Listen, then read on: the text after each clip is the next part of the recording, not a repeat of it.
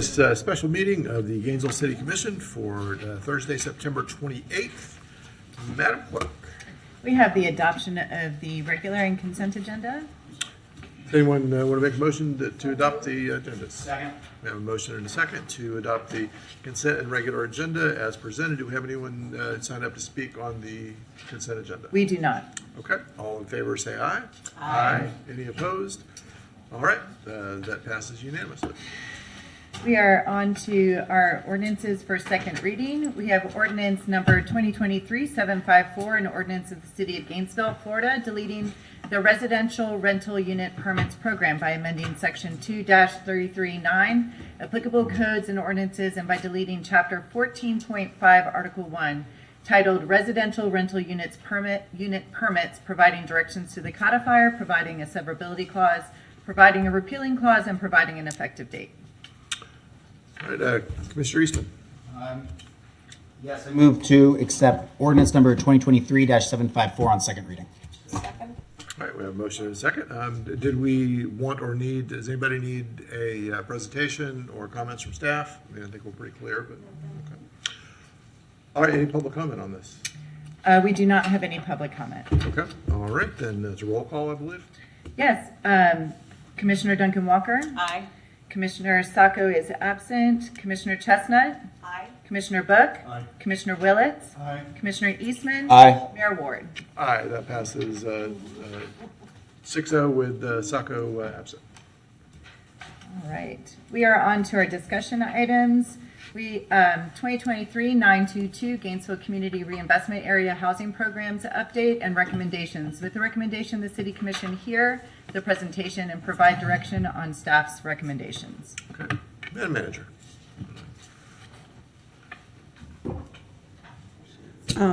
Mr. Mayor, Commissioners, we have, Leslie Highsmith. thank you, Ms. Leslie. I wanted to put the whole name in there, but I only had the first one and I didn't feel it's there.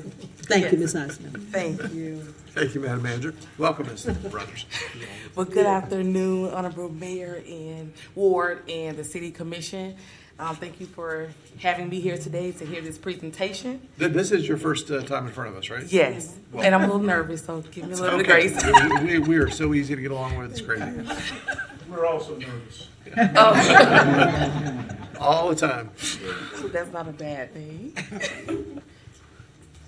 Okay.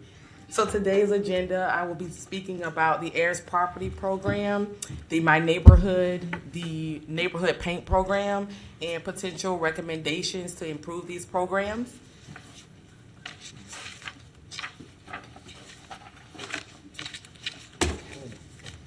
So the heirs property program, if any of you aren't familiar or are not familiar with this program, the purpose of the heirs property assistance program is to increase neighborhood stability by growing individual wealth and access to property ownership, by assisting owners with heirs property to gain clear titles to their homes.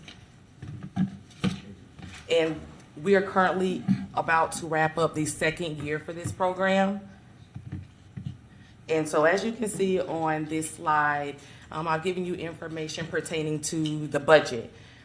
What the budget was for the year, what has actually been spent, and what is remaining for this program, in addition to how many recipients of this program. So the 7 that you see on the PowerPoint is actually successfully probated properties. These are not the number of applicants we've received. However, this is the number that shows how many was successfully probated. And as you can see, the FY24 budget is for $100,000.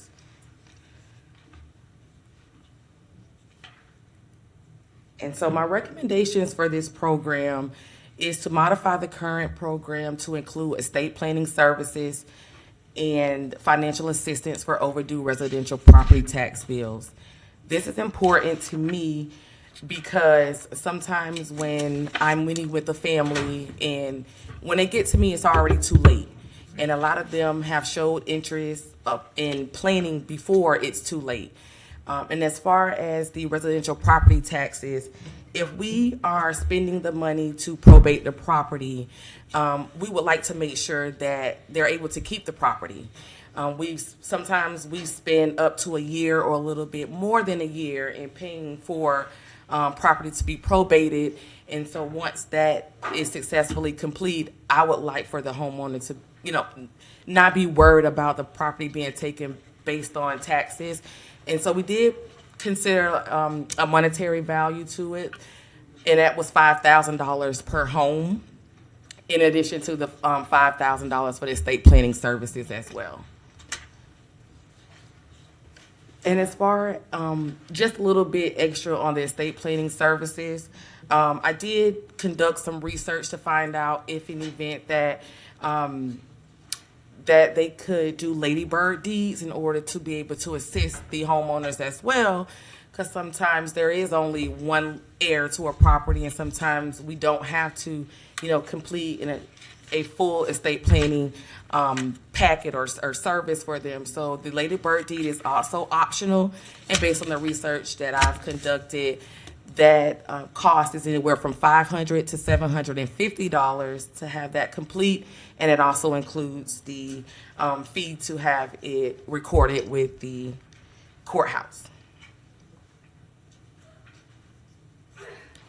So the My Neighborhood program, the primary objective of the City of Gainesville Community Reinvestment area of the My Neighborhood program is to strengthen neighborhoods by incentivizing long-term home ownership.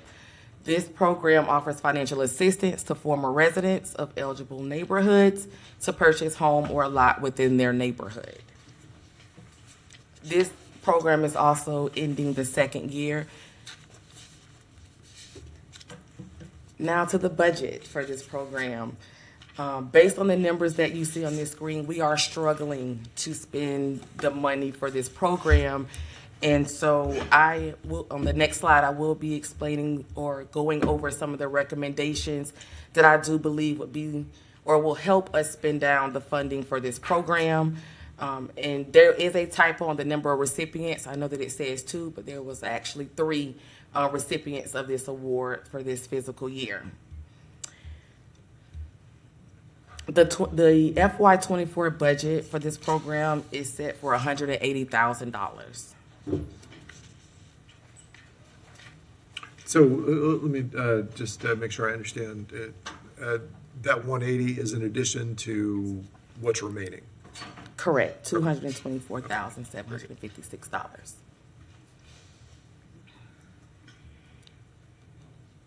Okay, so here is a map of the eligible neighborhoods under this program. So we have Cedar Grove, Duval, Fifth Ave, North Lincoln Heights, Pleasant Street, Porters, Spring Hill, Sugar Hill, and one of our recommendations is to add Heartwood to an eligible neighborhood. So the recommendations for this program, the first one is to increase the award of the program. Currently, the program offers a $25,000 grant, and we are proposing revision to increase that amount to $35,000 or up to $50,000 for the Fifth Ave and Pleasant Street area. The second recommendation is to add to be able to add in something to hold the recipient accountable annually. So a self-certification annually to make sure that they're following the rules and regulations of the program and make sure that they're following the mortgage terms. The next recommendation is we currently restrict the homeowner or the potential applicant to return to the neighborhood that they once grew up in or have established some type of residency in for 3 years prior to 2011. Now we're asking you guys to consider allowing the potential home applicants to be able to move to different neighborhoods. So if in event an applicant grew up in Duval, they would be eligible to move to Spring Hill or Pleasant Street and so forth.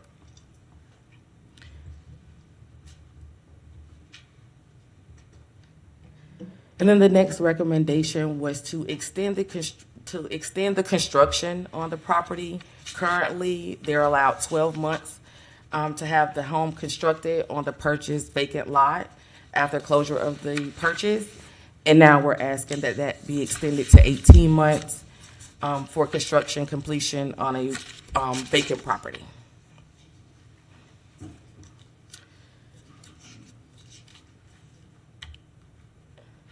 And with this program, the GCRA and the HCD leadership will revisit this program in the future, 6 months, to be able to evaluate if there's anything we can do to try to turn the program around and figure out ways to increase the interest in this program.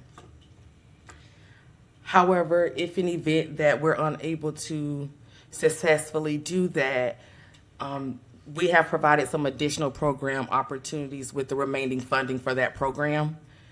And one, to provide financial assistance to reduce the purchase price of the infill projects, which is single-family homes in Porters and Fifth Ave, Pleasant Street neighborhoods.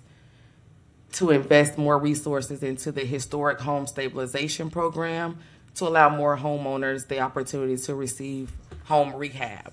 That program has not launched thus far, but it is expected to launch very soon. Currently, the budget for that program will allow for 2 homes to be rehabbed per year, but with additional funding, more can be done. The next one was to invest more resources into the neighborhood paint program to assist more homeowners. And you will see in the next few slides why I'm asking that be one of the recommendations. Fifth is to invest more resources into the EHEDI project. And 6 would be to invest more resources into the Heritage Trail project. So our neighborhood paint program, the purpose of the neighborhood paint program is to encourage neighbors to improve the exterior of their homes and beautify their neighborhoods. As you can see on this slide, we have no problem with spending this money. I have an abundance of applicants that is interested in this program. I currently have about 25 on the wait list for the next fiscal year, and I anticipate that we will spend the entire FY24 budget on this program. The only recommendation for this program is to implement a stipulation by adding an easement to this program so that the homeowner is not allowed to alter the finished project for a period of 5 years. And if the paint is altered, the GCRA will have the right to request the home be returned to its identical look at the time that they signed off on the affidavit of completion. And the reason for wanting to add this easement is because we're currently, I've received about 4 estimates that are about $8,000 to pressure wash and paint homes. And just for this program to mirror the business grant program, we thought it would be a great idea since we're getting up in price. So we want to be able to put some or have some parameters around the program.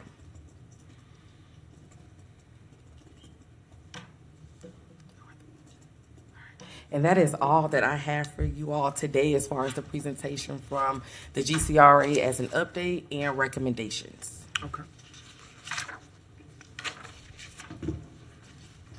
Anybody want to talk about this? I have a lot to say, but Commissioner Duncan Walker.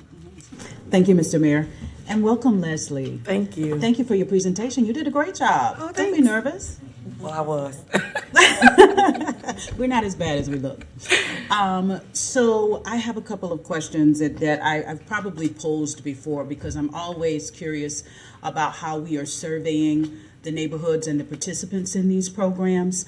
Because when you say things to me like we're having a problem attracting folks to the My Neighborhood program, I wonder what we're doing to reach out to individuals in the community to, A, first of all, make sure that they know about it, but B, for those who do know about it, what are some of the barriers?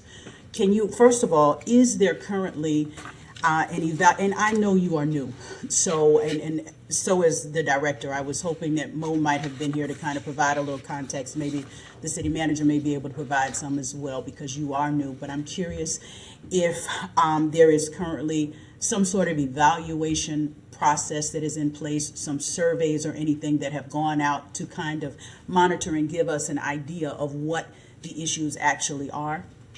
No, we have not sent anything out. However, I do attend the neighborhood monthly meetings. Anytime there's a way for me to market this program, whether it's through attending an event, I am there.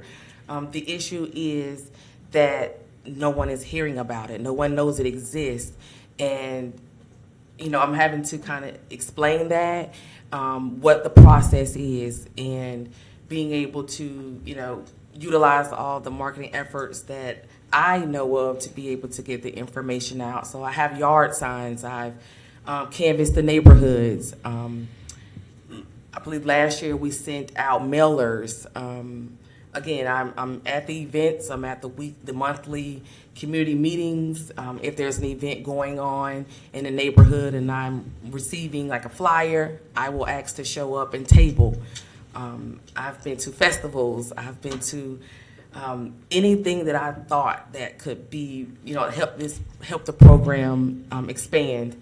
I've done it. And so I did recently speak with marketing, and we spoke about some ideas of what we can do in the future or near future to be able to attract traffic to this program.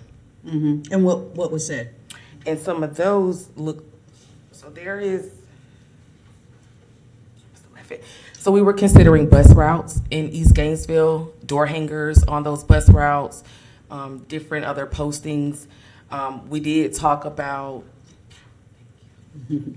Thank you, Jennifer. Alrighty.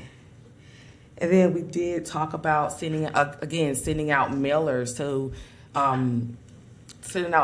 to those properties that was provided to us that are in heirs property status right now, or being able to reach out to some of the high school alumni associations to be able to get information out there. And so that's what we spoke about recently and what we plan to do to be able to attract more applicants. Mm-hmm. Tell me a little bit more about the yard signs. You mentioned that you have yard signs. Yes. So normally, if, like for an example, for our paint program, normally once the project is started, I will go out to the home and place a yard sign in their yard, and it will remain there for about 30 days. And then I'll go back and I'll pick that yard sign up. And the purpose of that is to be able, if someone is riding by and they see that sign, there's a number to call to be able to, reach out to see if they are in a qualified neighborhood to receive those services. Mm-hmm. Okay. And so we do have those yard signs for all of our all of my housing programs. And so I do, mention to the homeowner, ask the homeowner, are they comfortable with me, advertising that program, in their yard? And if they are, I would usually go out and do that to be able to raise awareness, even if someone is riding by, if they don't live in the neighborhood but they're visiting, that they're able to see it, and maybe, the word of mouth would travel and help. For sure, yeah. Thank you for that, and thank you, Jennifer. I'm glad to hear some of the efforts that the two of you have been taking to increase the marketing efforts. In just a moment, I want to circle back to the survey idea, but I want to stick here for a second with marketing. I like the idea of the door hanger, and one of the reasons, I want to say this, the reason that I like that, but I want to hear if there's something that's going to be in addition to that. There is nothing that beats face-to-face communication and mouth-to-ear, right? And I understand that we may have some, there may be some challenges that we face in terms of staffing and being able to get feet in the street, but I think that may very well serve as one of our most effective ways to really talk up, not just talk up, but to get feedback from residents in these communities. A lot of times people will get a flyer and they may or may not read it. But if there is a way for them to be able to interact in real time with a person. Also, I wonder if there may be a desire to kind of, I think the city manager did some community captains a while back, right, Manager Curry? Correct. And I wonder if we might be able to utilize those community captains to serve as conduits of this information, convening meetings, doing the door-to-door outreach that it is that we need, and even getting the surveys that would allow us to be able to gather information and data. I'm really curious about that because I think that education about these programs might garner the reaction and the response that we're looking for, because I think, and you even articulated in your conversation, that a lot of people don't know. So we want to do everything we can to improve that. Face-to-face obviously gives a person an opportunity to ask any questions about these programs as well. I would like to see an official survey. That's very important to me, being able to collect the data about this so we can gauge this. I think is really important over whether it's quarterly, annually, whatever you all decide. I'd be interested in that data. Certainly it would help us in determining how to make decisions in terms of the efficacy of these programs or any additional support that might be needed. But I am excited about these programs, and one of the things that I want to make sure that we do is that we assist in whatever way we can whenever I hear that they're struggling, because they have the potential to be generationally shifting. All of those neighborhoods that you listed are in my district, and so I have a vested interest to see them be successful. I'll conclude my comments by saying just a thank you, and that I think the data piece and the marketing piece will go hand in hand in helping us to ensure that folks, A, know what's happening, and that B, we can understand any barriers to participation. I know folks who'd love to return back to Duval, but there are questions about housing stock and access to resources to improve those beyond some of the things that are here. So I'm definitely interested in hearing about what kind of data you'll be collecting in the future. Thank you. Thank you, Commissioner. Commissioner Sacco. Mr. Mayor, hi, welcome. Good job. I missed the first part, but I was listening, I promise. So I think that we've done some excellent things so far, and I like your suggestions on how we can improve. I think the mayor said it best a couple times ago. You don't always get it right, and that doesn't mean you give up. That means you improve. So I'm perfectly happy to make those modifications to the My Neighborhood program. I know that, and correct me if I'm wrong, the original intent was there are folks who have been displaced from these neighborhoods or moved out when they were kids. We would like them to go back. Maybe that neighborhood's not exactly what you want, and we don't want to pigeonhole people necessarily. So I'm perfectly comfortable shifting the concept of home. It's still Gainesville. It's still making sure you can come home and be housed in Gainesville, and that's the important part, even if it's a mile or two apart. So I'm perfectly comfortable making that modification because the goal was housing people. Right. I will make one comment as far as marketing. Yard signs work. I needed a roofer. I saw my neighbor had some decent work done, and it was fast. Because people are nosy. So if there's work happening 2 houses over, you're gonna look around. That's how I found the guy who did my fence. He was doing work on my neighbor's house. So I went over and asked for a card. People are nosy. And if they see bustle, he laughs because he knows. If they see bustle, they're gonna wonder. So I don't know if during actual work, actual construction for those infill projects, if if a GRU employee goes out, it says GRU somewhere. If we have anything, I know we contract the work out, but if there could be signs prior to, during construction of, proudly showing GCRA at work or something or other. So that the whole time you are there, you are seeing, like, this didn't pop up out of the ground. Like, this whole thing, the whole the endeavor is really possible because the city's helping in one way or another. So I think marketing from beginning to end would be pretty, if you're already gonna make the sign, make it for the whole time, not just 1 month. So to really let people know, as far as getting out there and how we get around, I will agree with Commissioner Duncan Walker, nothing beats telling someone, because we see billboards all the time and we've just become so immune to them. You're like, yeah, billboard, yeah, it's fine. unless you're actively looking for something. I know our newest member on AHAC said, we were talking about one program manager. She said, oh, what's going on? That sounds actually really good. Like, we've been working on it for a year. But people don't know. So I'm willing to just about try anything at this point to really get folks involved. Or at least applying, because that's how maybe you don't qualify, but at least you've tried, you've heard, you got the information. If it doesn't work for you, it could work for someone you do know. As far as the AIRS program, if we could go back to that slide as far as amounts and how we're modifying. Cool. And I think, there we go. So when that would be a 10,000, correct? Not a 5,000. It's a 10,000 total. That would be available. Okay. And you would be so as far as estate planning, I know that we are looking for, once we settle up, let's plan so this doesn't happen again. But have we looked into allowing it?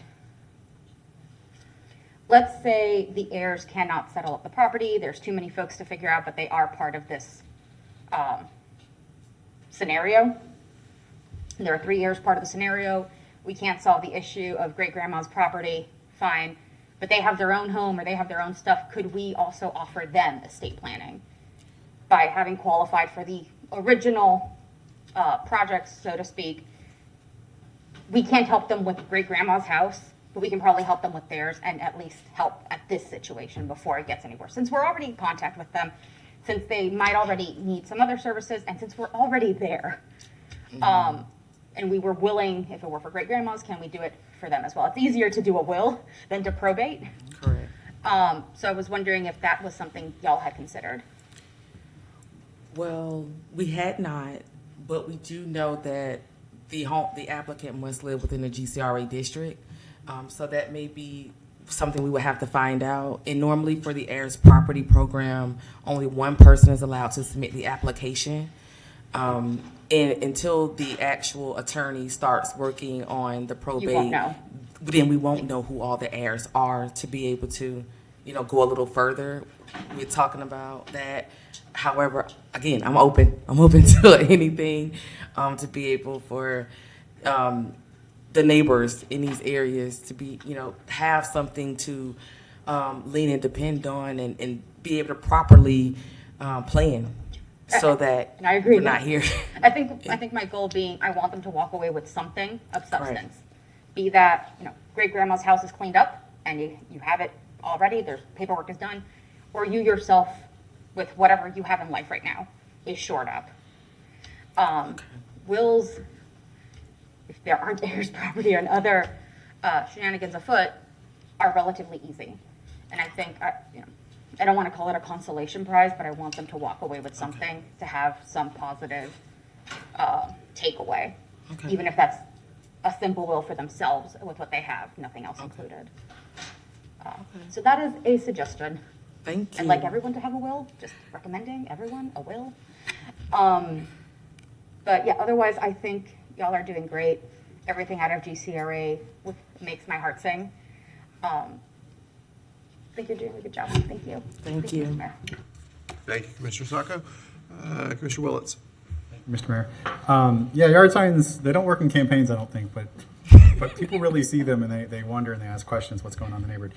Do we, and I know this is for the My Neighborhood program, do we celebrate their return to the neighborhood some way? Like Habitat for Humanity does a celebration. They cut the ribbon, they hand over the key. I know this is people's private homes. It's not as involved of a program as Habitat for Humanity, but do we celebrate when they finally, move in or move back? Luckily, our recipients have been partnered with Habitat, so So this we have case, been yeah. able to go out and celebrate the closing with them when they do close on the homes. But I haven't closed on one yet that hasn't been a Habitat, so that has not happened in the past, to my knowledge. Right. Okay. And I just for knowledge, so no one feels defeated. When My Neighborhood April 2021, when it got firmed up, the interest rate was average mortgage interest rate was 3.5%. I know because that's exactly when I was shopping for my mortgage. And today the average is 7.75 on a $175,000 home just to pay the mortgage, not even property insurance or taxes. The difference would go from $786 in 2021 to $1,254 today.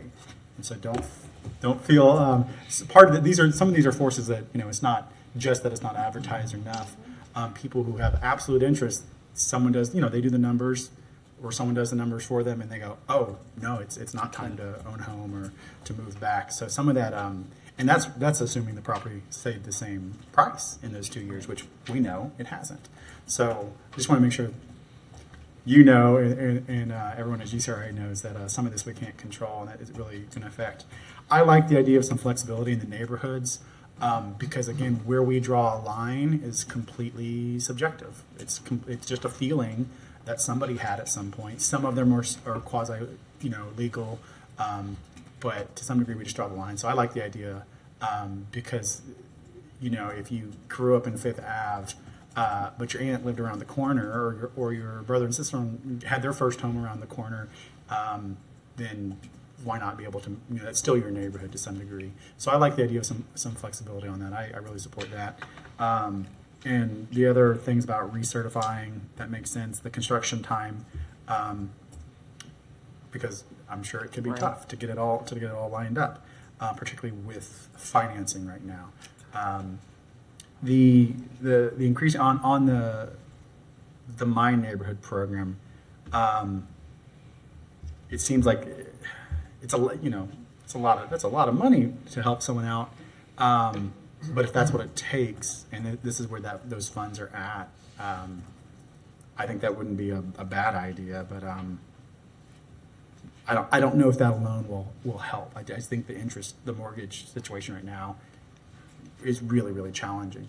But we could be prepared for if interest rates drop, you know, right then and there to be prepared. So yeah, you know, I like the idea of expanding the painting, because if that's a program where it's real clear we have enough people, and to some degree, though that doesn't provide a brand new home for somebody, but it helps the entire neighborhood. So yeah, and I like the idea of helping with estate planning, just because we don't want to be in the same exact place, you know, in another half generation when it gets settled out. So I like that idea in general. But welcome. Thank you for all your work you're doing on GCRA.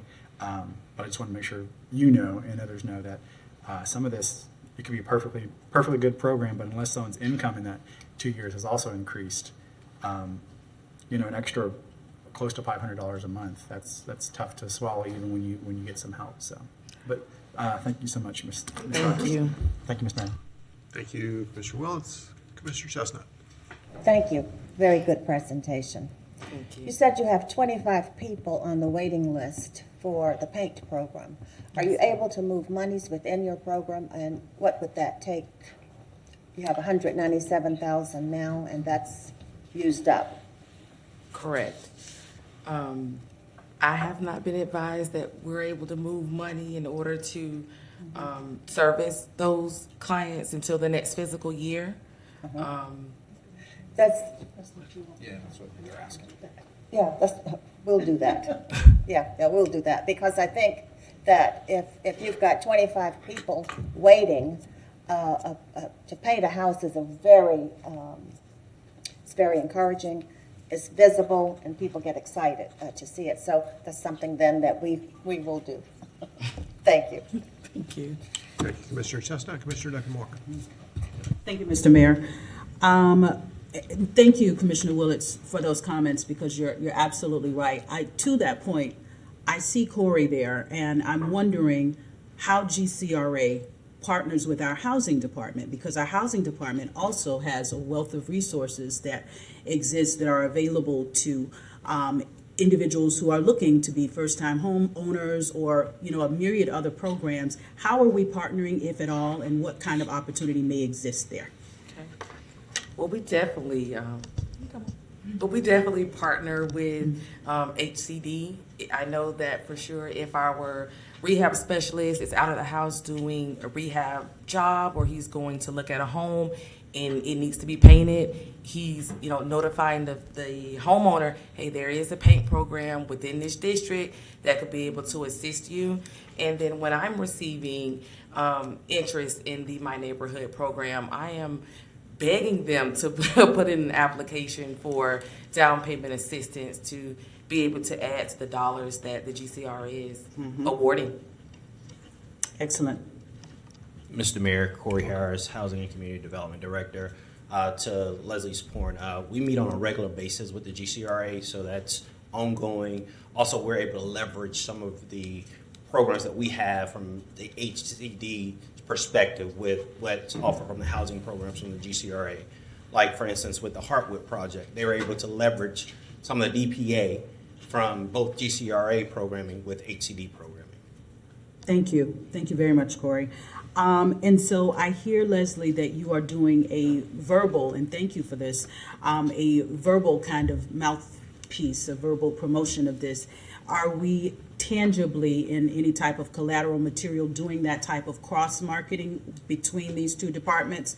Do we see GCRA and housing, and how these programs are working in tandem so that folks can understand, mortgage rates have gone up, but we also, while you're looking over here at GCRA for the opportunity to return to Duval, there are also these opportunities or resources in the housing department. Is there something we can see or people can see tangibly?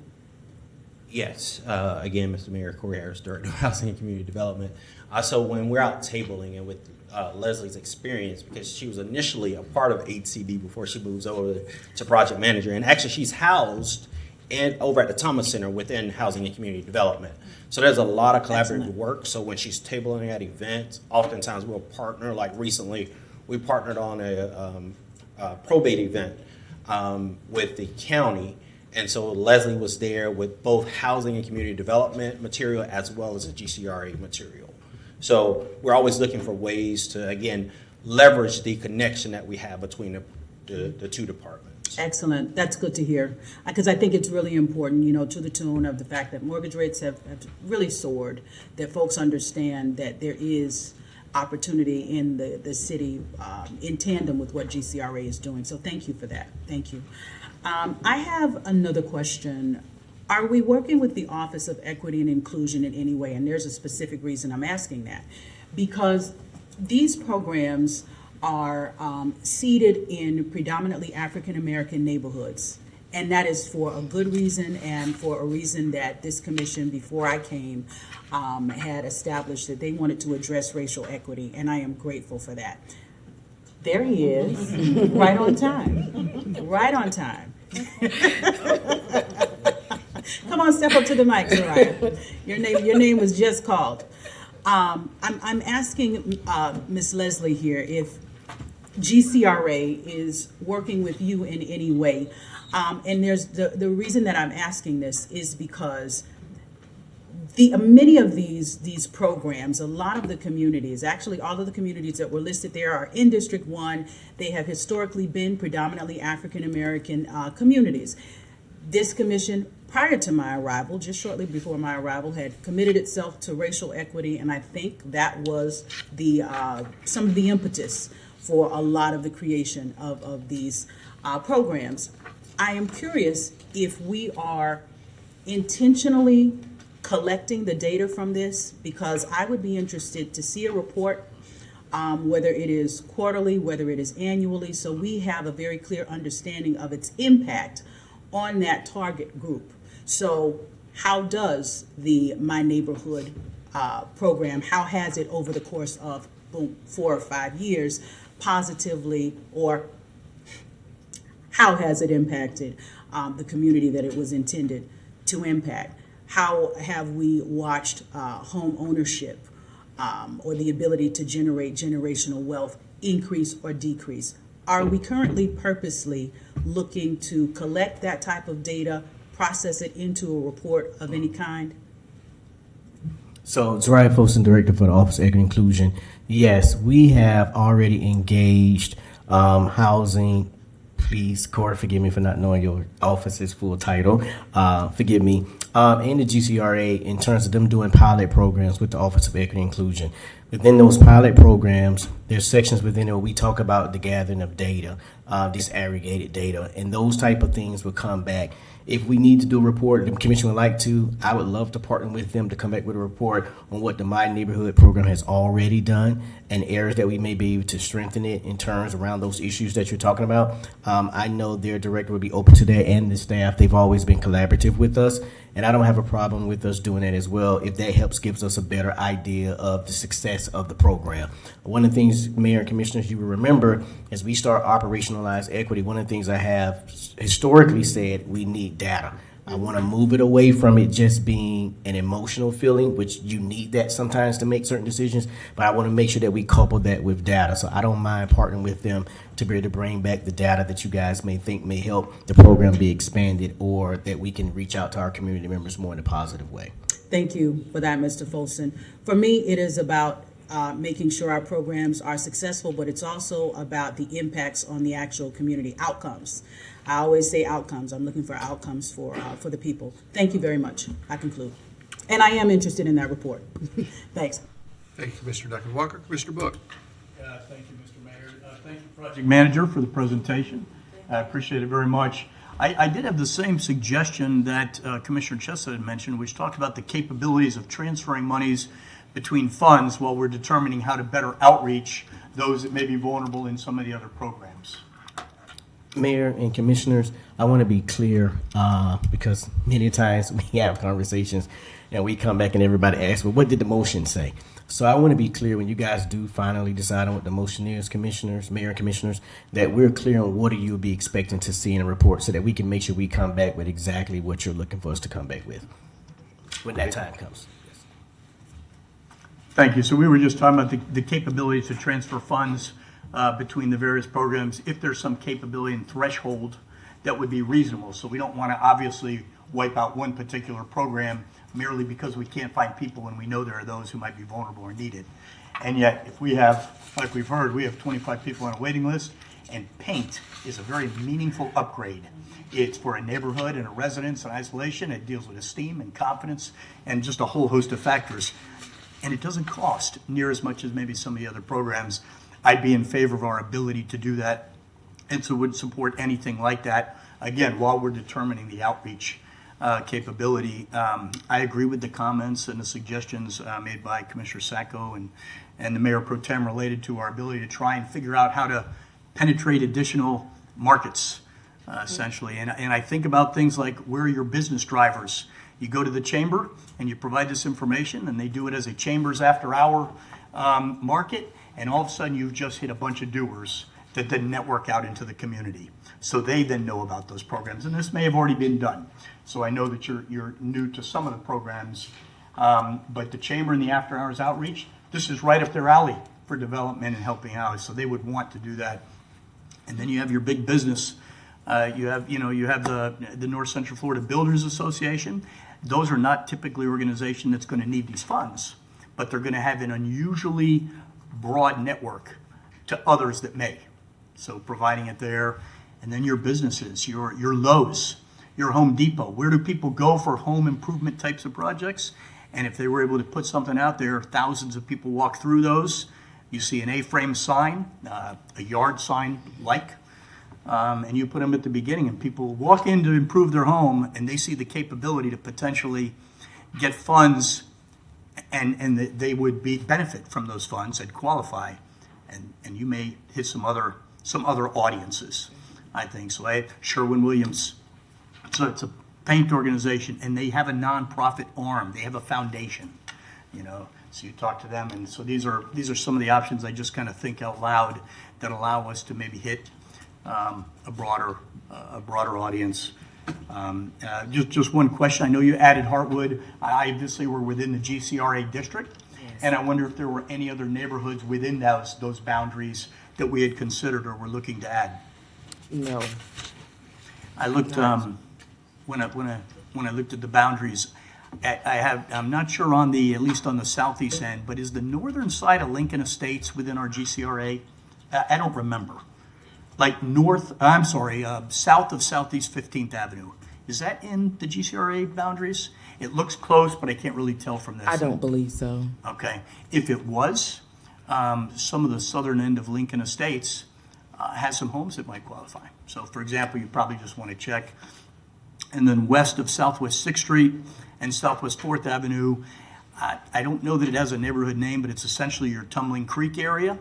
And there are some homes there that would likely qualify also. Although, again, there may be not a neighborhood name, but somewhere where we might be able to reach out. So these are just some of my thoughts as you think about where the programs may have an extended reach. So thank you for this work. Thank you. Thank you, Mr. Mayor. Thank you. Mr. Mayor, yeah. if I might, John Alexander walked in as we were having a conversation, but we have been talking about involving churches and their congregations during messaging time and just after church having someone there to promote the program. And so we've been in discussion about that too. Very good. Thank you. Commissioner Eastman. Yes, thank you for the great presentation. I agree with, I think a lot of these are very good additions to it. It makes a lot of sense to have Heartwood in there.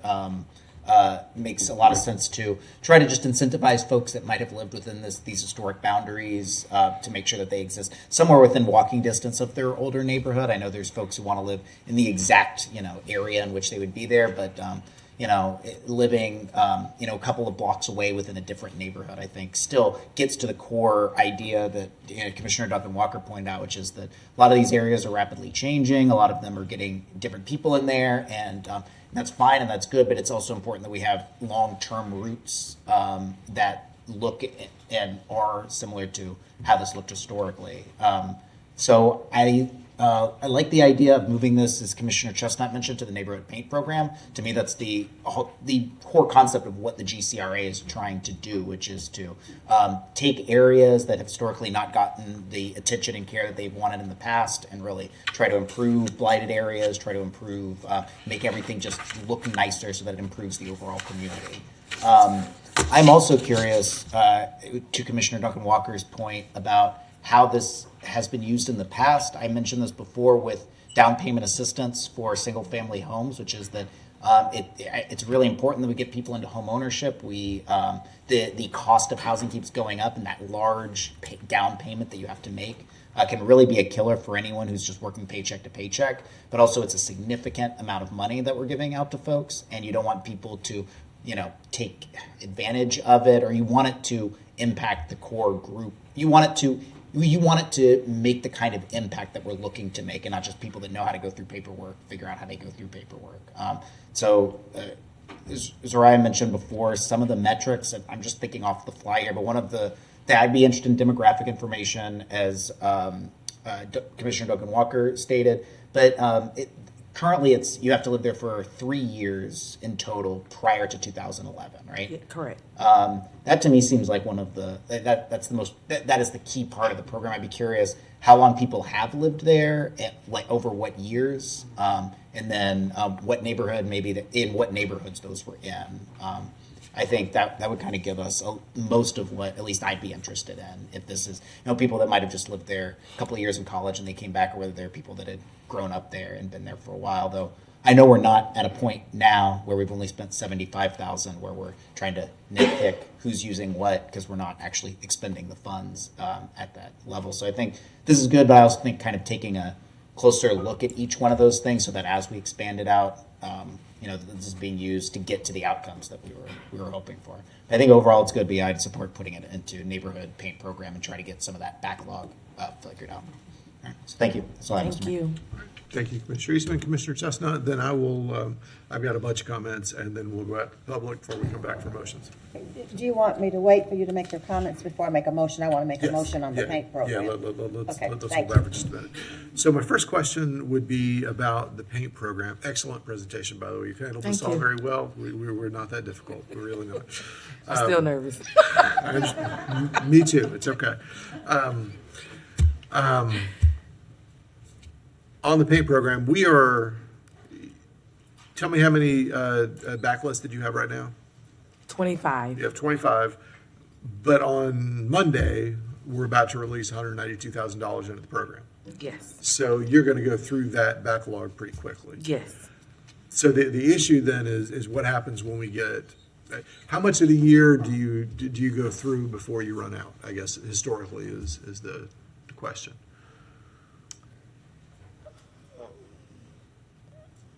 About, I mean, it doesn't need to be exact. Okay. Before we were-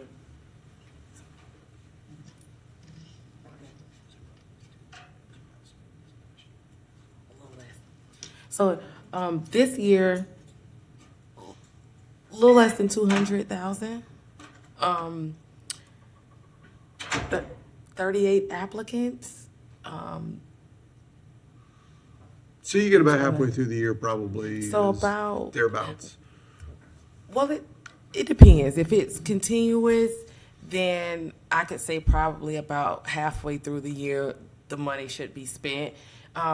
It sometimes just depends on the contractor. Sometimes we're in the rhythm of things, but then they may pick up a job because I may be on hold for a certain reason. I know this past fiscal year, we were on a hold because we had already extended.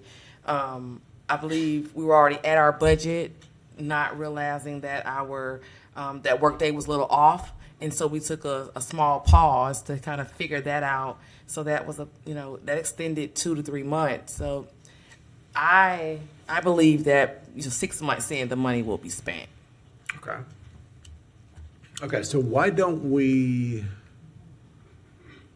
instead of just saying, move it however you like, how about we consider coming back in a few months and you update us on it, and then we could consider moving whatever's necessary at that point, to make sure that we're not just putting it there where it might sit there and, collect dust on that side instead of the other side.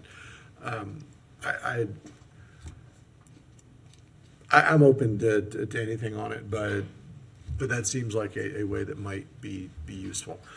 So, but I love the idea, and I've been thinking for a good long while about the idea of making sure is not the right way to put it.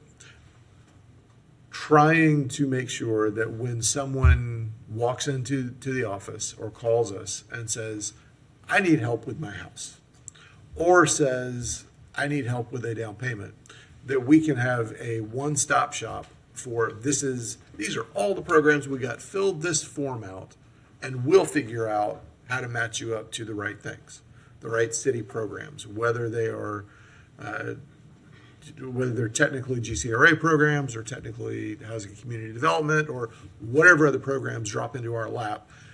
We shouldn't expect somebody who is working a job and raising a family and trying to improve their home to know what our programs are. If we get to them in the first place and they're trusting enough of the city of Gainesville to come ask us for help, then, and we may already be doing this, but it's important to me to know that we've got a process for walking people through whatever the programs are, no matter what department they're in, so that they don't have to figure it out. If we get a single point of contact and a single form, I feel like that would be success on our part. Thoughts on that? Yeah. Mr. Mayor, again, Corey Harris, Housing and Community Development Director. So the housing advocate position is that point of contact for the city and that conduit to help individuals navigate through our internal processes as well as our external partners as well. So we do have that in place. Okay, very good. Because that's important. I mean, when people reach out to me and say, well, it seems like there are too many programs here, nobody really knows what they are, my first question is, tell me about your experience in that. And it is never that person's experience. It's always second or third or fifth hand that they heard we weren't doing a good job with that. So maybe we are doing a really good job with it, and we don't hear from the folks who we do a good job with because they're too busy enjoying their home, which is the way it ought to be, right? So moving into, if you back up to the my neighborhood, I am totally open to us opening the borders up to if you're in any of these neighborhoods, Make it one thing. make it one opportunity. I'm very comfortable with that. I think we still achieve similar, if not exactly the same, intent. I did furiously Google up here some Zillow maps. It looks like they're currently, right now, in Duval and Cedar Grove, 7 homes for sale, or 7 pieces of land or homes for sale in 1 and 2. And those are anywhere from about $100,000 to a few $100,000, depending on exactly what it is. One of them was brand new construction, which surprised me. But those are going to go fast. I mean, they're going to be fleeting. So part of our problem is supply of homes or lots for sale. And I think part of our problem, and please, if you're a realtor watching this, this is not intended as a slight, but we know that folks, when they call a realtor, these are not the first neighborhoods they get shown. You've got to insist that these are the neighborhoods you want to see for a variety of reasons. So that is one of the things that we have to get around. I am very comfortable asking for the city of Gainesville to be on an agenda at a GACR meeting, Gainesville Alachua County Association of Realtors. Be happy to go out there myself, or any of us I'm sure would, to make the pitch to the realtors and say, look, we can help you sell houses in these neighborhoods. We would love to do that. We've got some programs that should be able to help you get people into homes in these neighborhoods. And we know that part of our process is getting people, making sure that the folks who are applying are ready to be homeowners, because we've got classes and processes for that already built into all of this. So if that would be helpful to you all, I'm happy to be a part of that, or have any of the commissioners go do that with you. Maybe that's useful. I'm happy to also send a letter to GACR and say, hey, don't forget about this. We may want to consider lenders as well. I mean, there are lots of lenders who specialize in home ownership in Gainesville, and let's make sure that we're in front of them, with these programs. I'm, again, happy to send a letter on behalf of the city of Gainesville that says, we got these, don't forget about it. We want to help you get people into homes. And to be specific, I'm very happy to get Heartwood in that. I know that adding to that down payment stack will help us get Heartwood finished up. So definitely want to do that. Moving to heirs property. Of course, this is something I've been interested in for several years.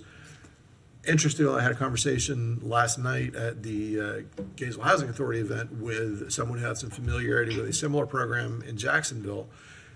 They get a throughput of about 30 people, 30 families finished a year, which is probably a lower rate than we are. I mean, we've had 7 go through, and we're a much smaller city, so with a much smaller area. So I feel like we're on a similar track to larger communities.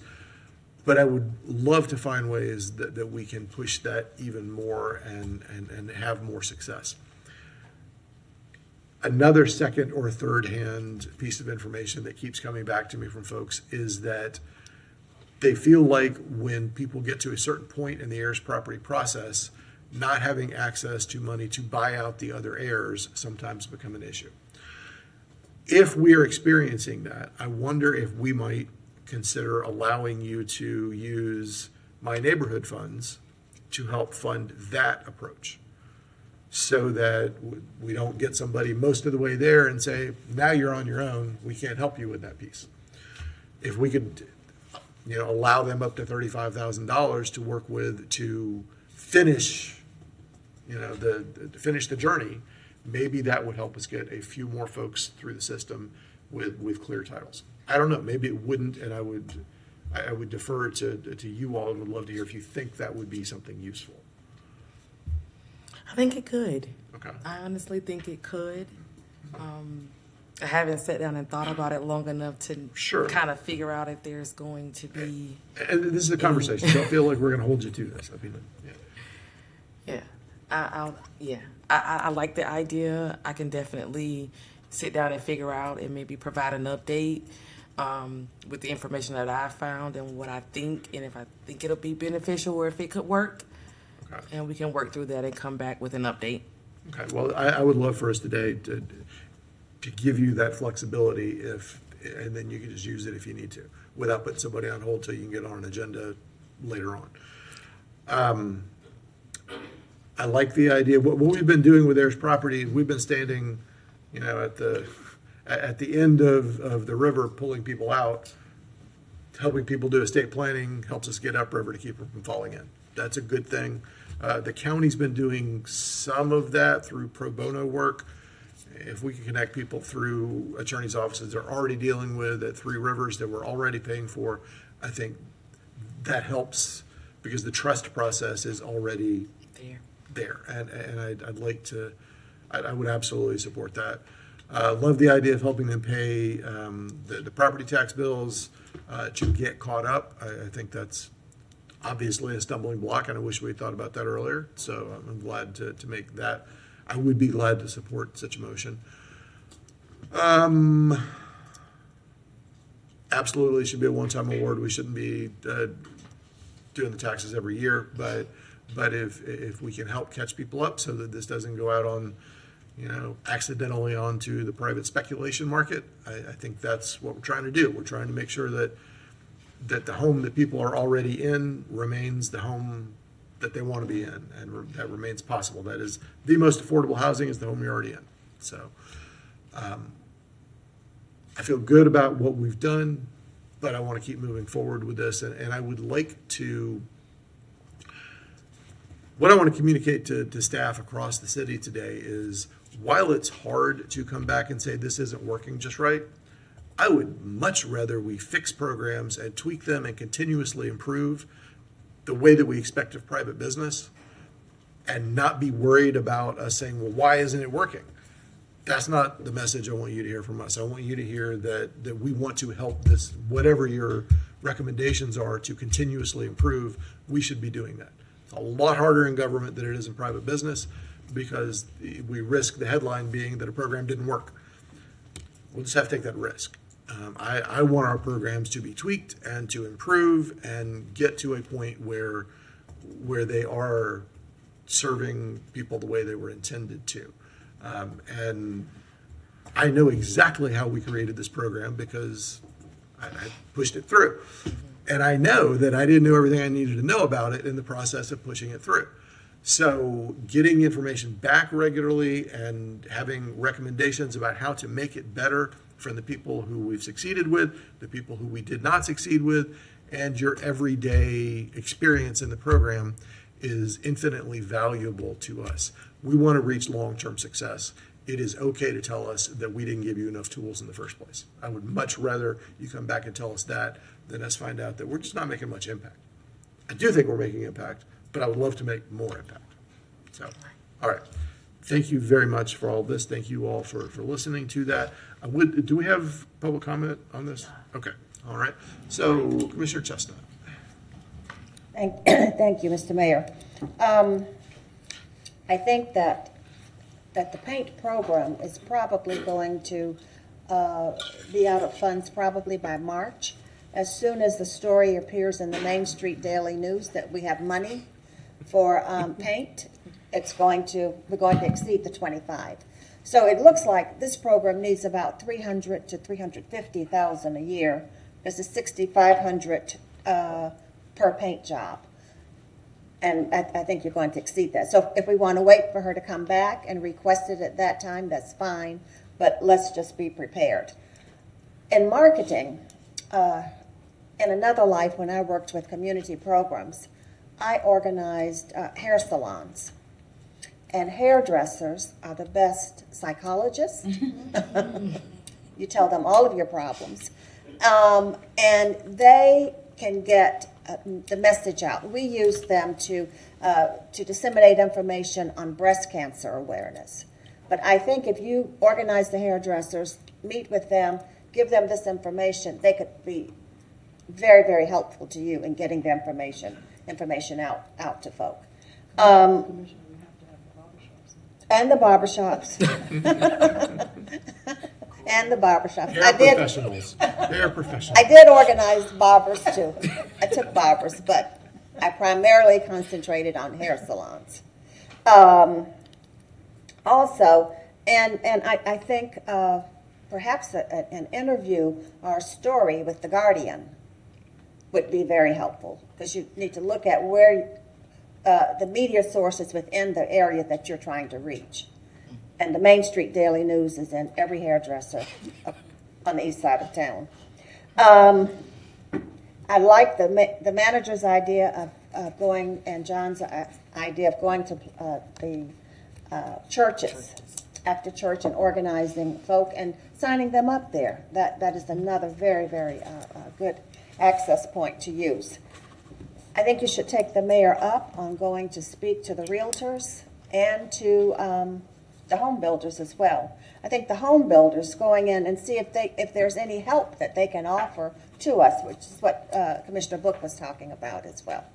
So thank you. I'll hold off on the motion on the $300,350 until perhaps March. Okay. Thank you. Commissioner Chestnut. Commissioner Duncan Walker. Thank you, Mr. Mayor. Just really quickly, in the letter that it sounds like you are preparing to craft either to GACAR and or to some lending organizations, I just wanted to make sure that those individuals, that we really, really clearly spell out who we're looking to attract, because I think that's going to be critical. You see what I'm saying? Because you can put it out there and they will advertise this and folks will say, wow, absolutely, I want me a starter home over in East Gainesville and da-da-da-da-da. And I think, making sure that they understand the nuance is something that we want to make sure we're very, very clear about in the beginning. Several years ago, there was a group of folks who got together and were working to bring a financial institution here to Gainesville. It has not yet come to fruition yet. But self-help credit union, there's a reason I'm bringing them up. Because when we start talking about organizations that kind of take financial organizations that really take a kind of very clear mission-based approach, there are some that really seek to be very specific about helping in these types of situations. And just, I'm sure you'll be thoughtful and mindful in researching. One of my institutions is one of those like that, and it's one of the reasons that I like them, and that's PNC. Not trying to tell you exactly where to go, but they have. But really, they have also said that they are interested in opportunities. So it may be worth a phone call / meeting to talk to them. I know that I have had at least some preliminary conversations, but they are looking to do meaningful work in these communities. So I'd be interested in what a conversation between GCRA and them might yield. The final thing I want to say is not related to these programs at all, but it does bring us back to a report that I'm interested in. We have had conversations from this dais before about vendors on projects, and I know we have a checklist now, but I'm interested in probably what would be a quarterly report on those vendors. We've got money that's going to be utilized through these various programs, whether it's the paint program or da-da-da. We're going to be spending money, and the checklist is fine, but I think a quarterly report, probably from our Office of Equity and Inclusion, about those vendors that we're spending our dollars with, is something that I'd be very interested in. Thank you. Thank you. Thank you, Commissioner. Commissioner Sacco. Thank you, Mr. Mayor. I forgot my name there for a second. As far as your I guess the awareness of, I wish we'd thought of the back taxes earlier. I'm assuming you guys came up with that consideration because you ran into the problem and realized it. Correct. And I'm assuming we weren't able to help those people because it wasn't authorized to do so. Correct. Is there interest in doing so retroactively? If we can go back to those folks like, hey, our hands were tied because bureaucracy, blame us. Go ahead. Bureaucracy. But we have authorization now. We do have some funding available. If you are still interested, we'd like to help you. Is that a direction that the department could go in, as far as, if we know where there are people in need for want of this, and now it's authorized, we could go do it if it is still possible, and they're still interested. I think it's possible. Ultimately, the decision is up to you. I'm cool but with I'm allowing definitely it open. retroactively. If we've identified the group of people and the home and the problem and we have the money, it is just allowing it retroactively. For just the 2 this year, 2 or 3, the 3 this year. I mean, the program's been alive for what, 2 years? Yes. We won't have more than a handful. For both. I mean, I guarantee since the inception of the program, there isn't more than a handful. I think the people who ran into this problem may not necessarily be that handful. But again, it probably isn't more than a handful anyway, just to see through the years property, if we know who they are, to at least identify. And if you feel more comfortable just saying like, hey, go back, look at your data, tell us how many ran into this problem. But I mean, how many, you probably don't know off the top of your head, but ballpark, how many folks did we ran into the property tax issue before we said this is a problem, we should add it as a consideration? Maybe 3 since I've been in this role. Okay. So I think my handful might be accurate. And it's not like we're going to have more retroactively pop up in the future because it's retroactive. I think it's to make that contact and offer it up if the commission is willing to expand it to that degree. I think that is, it gets to the purpose of we are helping people stay housed or move into stay housed in Gainesville. I would make that suggestion. I don't know if that requires a motion, but that is a suggestion. I do appreciate your comment, Mr. Mayor, of buying out the other heirs, or at least their share of it. I would wonder if, I guess in the spirit of fairness, because I wouldn't want any one property or family to take out a tremendous chunk, if it'd be possible to offer it as like a 0 interest loan to, if you stay housed, if you stay in this neighborhood for so long, it gets forgiven. We have various. I feel like that's a whole other program at that point. All right. It was a suggestion rather than taking, a chunk. I will support keeping people housed regardless of how that goes. It was a suggestion. But my bigger one at this moment is making contact with those folks who, for want of property taxes, and offering to pay up if it's still possible. Does that have to be a motion, or just like a suggestion? So all Anybody this needs to be a object? motion at some point. All these changes are going to have to be in the form of a motion somewhere along the line. If you want to make that, or So, I didn't hear anybody against anything, so should I just move staff's recommendation? and if you will perhaps add in the other couple things that. Okay. So, Ryan Folson, I will say, so sorry, Mr. Folston. I said that has to be a motion. Doesn't have to be a motion. I mean, we can just not do it, but I would prefer there to be a motion.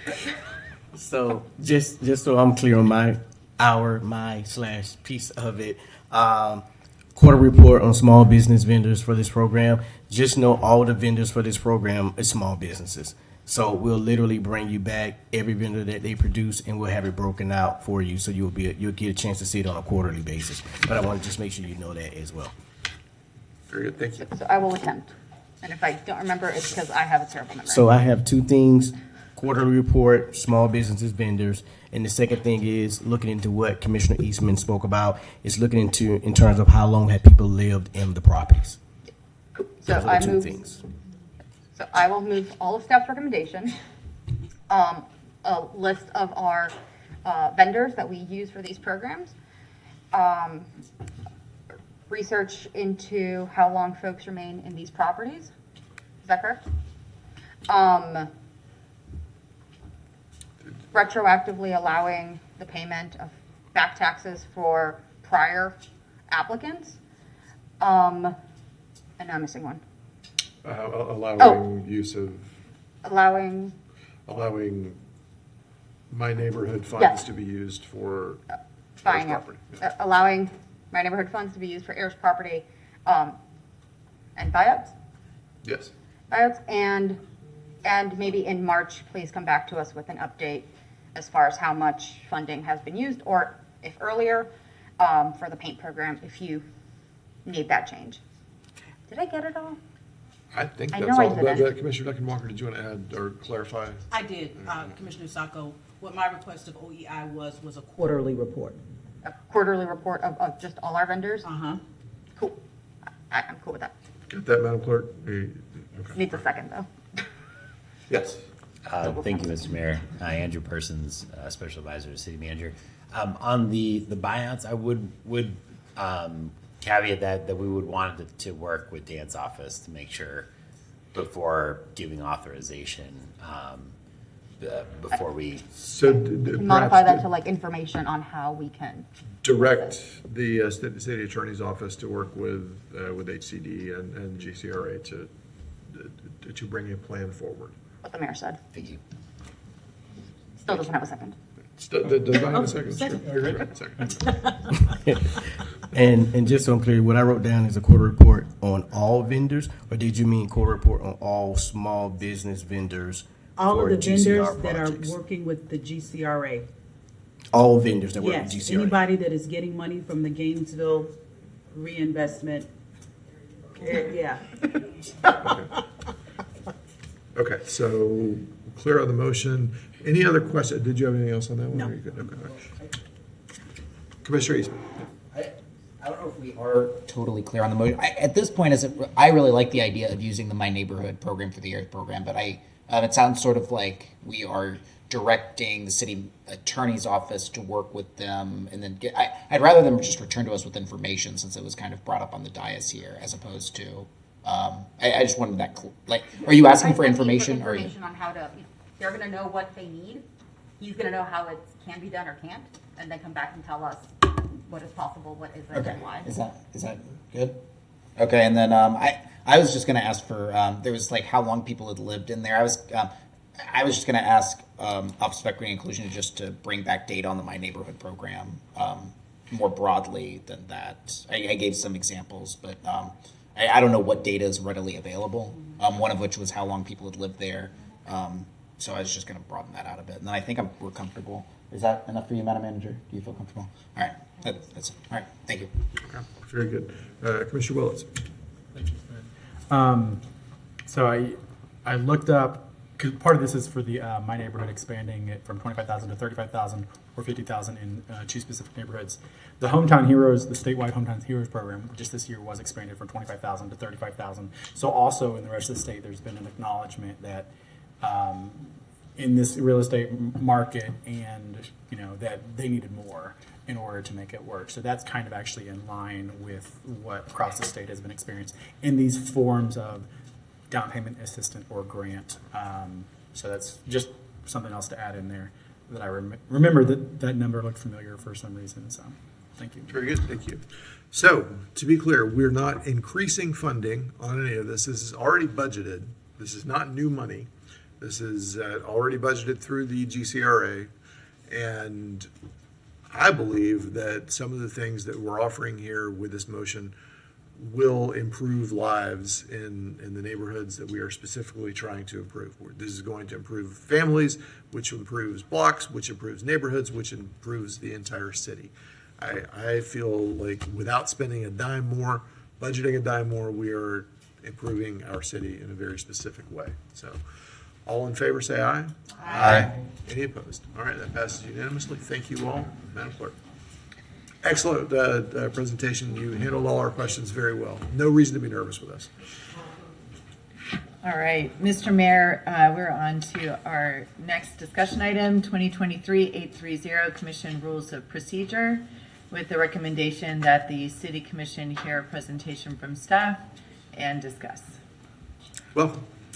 Hi, Mayor, Commissioners, Morgan Spicer, Policy Oversight Administrator. I am joined today by Nicole LaRocque, who was one of our summer research fellows, and she is here to share an overview of the research that she conducted on Commission Rules of Procedure or parliamentary procedures.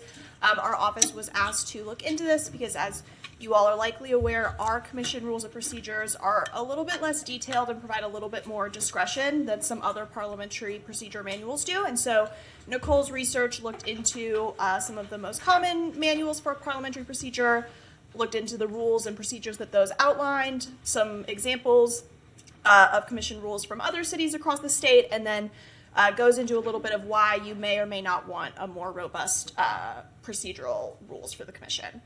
As always, the phases of our policy process, phase 1 resulted in Nicole's report, and then we're in phase 2. Welcome. Thank you. Good afternoon, Mr. Mayor and Commissioners. I will begin by providing some background information on rules of procedure, also known as parliamentary procedure. These rules are often adopted by a commission to facilitate discussions and decision-making in an efficient, orderly, and fair manner.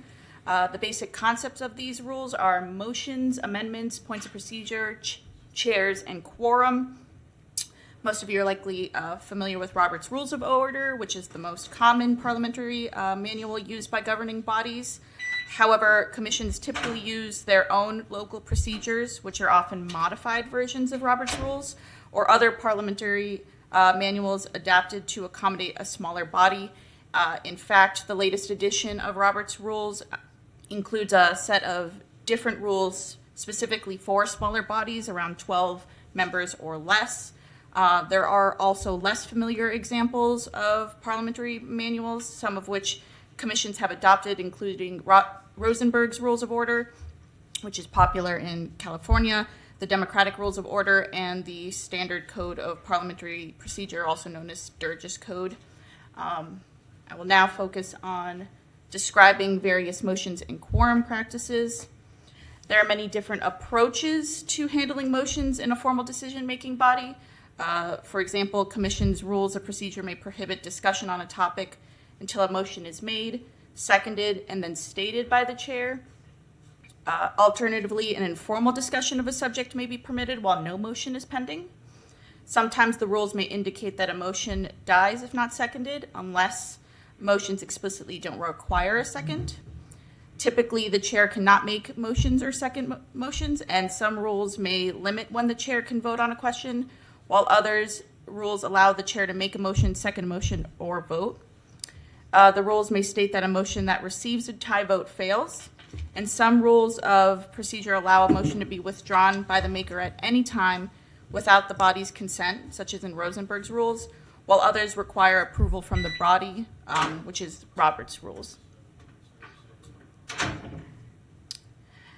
Different manuals categorize motions in different ways, and some common motion types for Robert's Rules, those are main motion, subsidiary motion, incidental motion, and privilege motion. Rosenberg's Rules tries to simplify these by using categories known as basic motion, motion to amend, and substitute motion. Some rules permit using a friendly amendment, which is an informal parliamentary tool where a member can amend a pending motion if the maker and the person who seconded accepted that change. Rules of procedure also differ depending on the permitted number of motions that can be on the floor at the same time. Roberts allows 13, while Rosenberg's only allows 3. In general, the order of addressing motions is determined by a system of precedence. Typically, the last motion that is made is voted on first, but some types of motions are given precedence. Certain motions may be designated as not debatable, such as motions to adjourn, recess, fix the time to adjourn, table, or limit debate. Rules may also indicate certain motions that require a supermajority to pass, such as motions to limit debate, close nominations, or suspend the rules. Motions to reconsider often have special rules. They must be made at the meeting where the item was first voted upon and can only be made by a member who voted in the majority of the original motion. Very often, rules limit members to speaking twice on an issue and can only speak a second time after all others who have wanted to speak have spoken. Alternatively, there may be no limit to the number of times a member can speak to a question. Relatedly, time limits can also be set for how long members can speak to an issue. Now moving on to quorum practices. The chair and council guide the rules on quorum, such as whether to exclude vacant seats for determining quorum and whether to always count the chair or only when it is needed to break a tie. The default rule is to define a quorum as a simple majority of the council membership or as 50% plus one of the members of the council, but council rules or the city charter may determine if the mayor counts toward the quorum requirement. Yet, according to all the rules, if the body has less than a quorum of members present, it cannot conduct business. The body can lose the quorum when a member departs or leaves the dais, and also when it loses its ability to conduct business until a quorum is reestablished. Instead, the body may take limited procedural actions during this time to fix the time to which to adjourn, recess, or take measures to obtain a quorum, such as a motion that absent members are to be contacted during recess. And some commission's rules allow members of the body to attend a meeting electronically if a quorum is physically present at the meeting location and all members physically and electronically present can hear one another.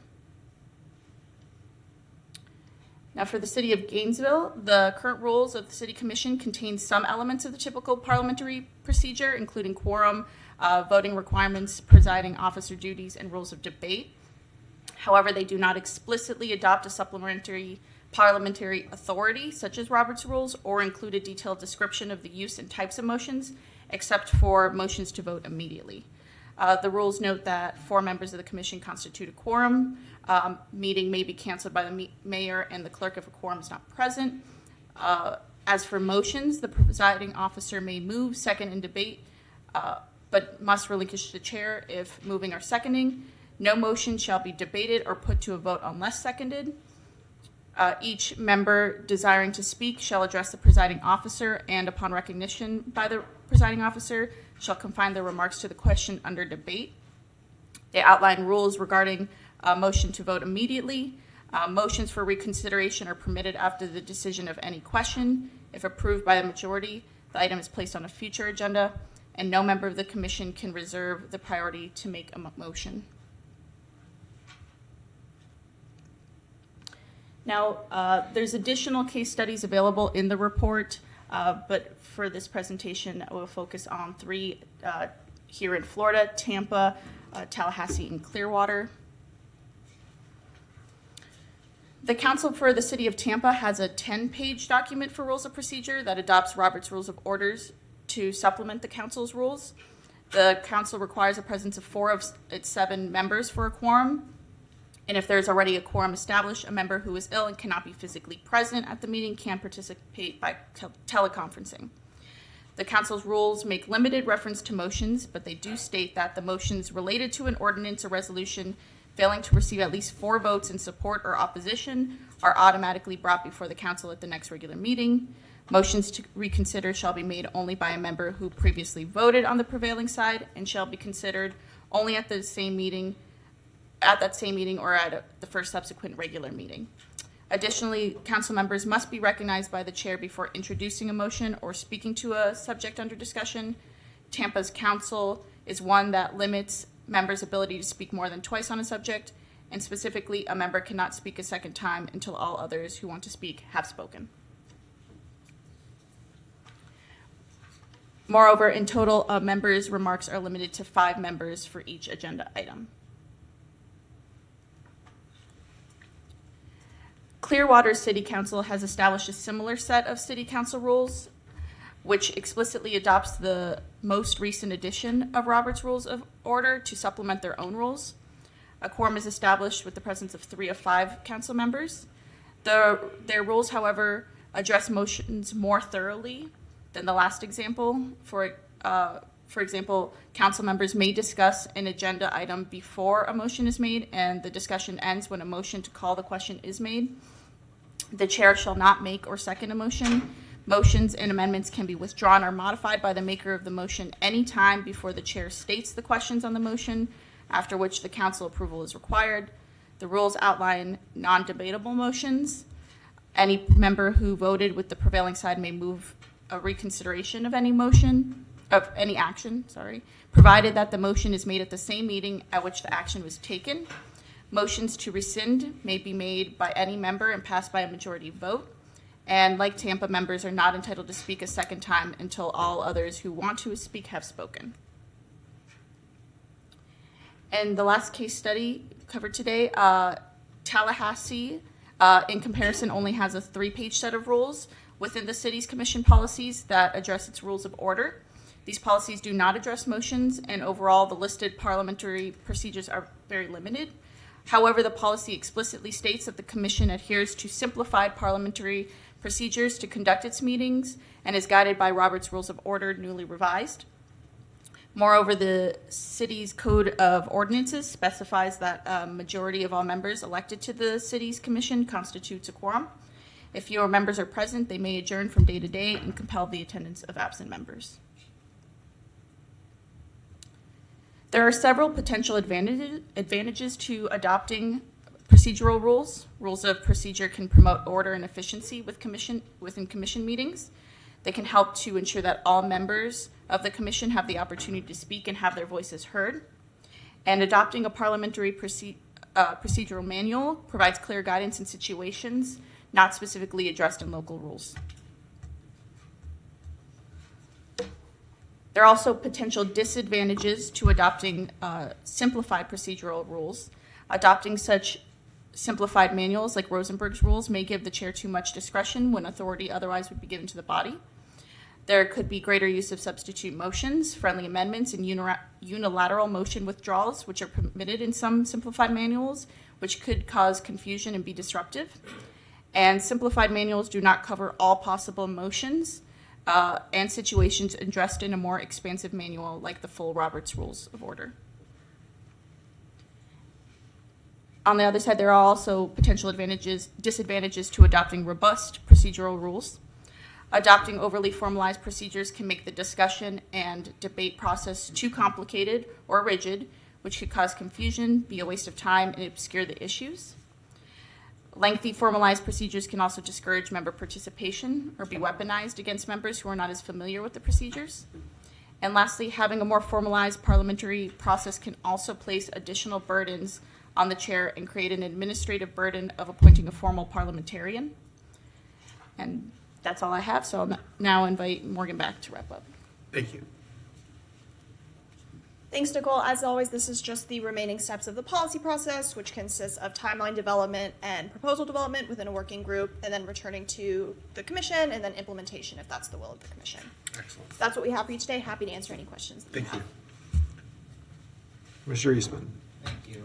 Thank you, Nicole, for such a great presentation. This was very in-depth and I think helped to, at least for me who requested that our policy team take a look at this, really helped me sort of wrap my head around what options we have before us. I asked for this really when I first came into office. Commissioner Book, I think you had mentioned something about more formalized procedures within this. I know Commissioner Chestnut, when you came in, you were using certain parliamentary procedures that we didn't formally use, but our rules are so broad, particularly as it relates to motions, that it's not entirely clear what is or is not allowed within this. I was looking at California's Rosenberg's Rules of Order, which is what I asked them to look into, which is a more standard procedure and is used across California. So there's lots of case law in case or, at least history on how that could work. The conclusion I came to is that our rules are really fairly in line with what most people use. But I think it's a good time to bring it up and discuss it, partially because I think rules are...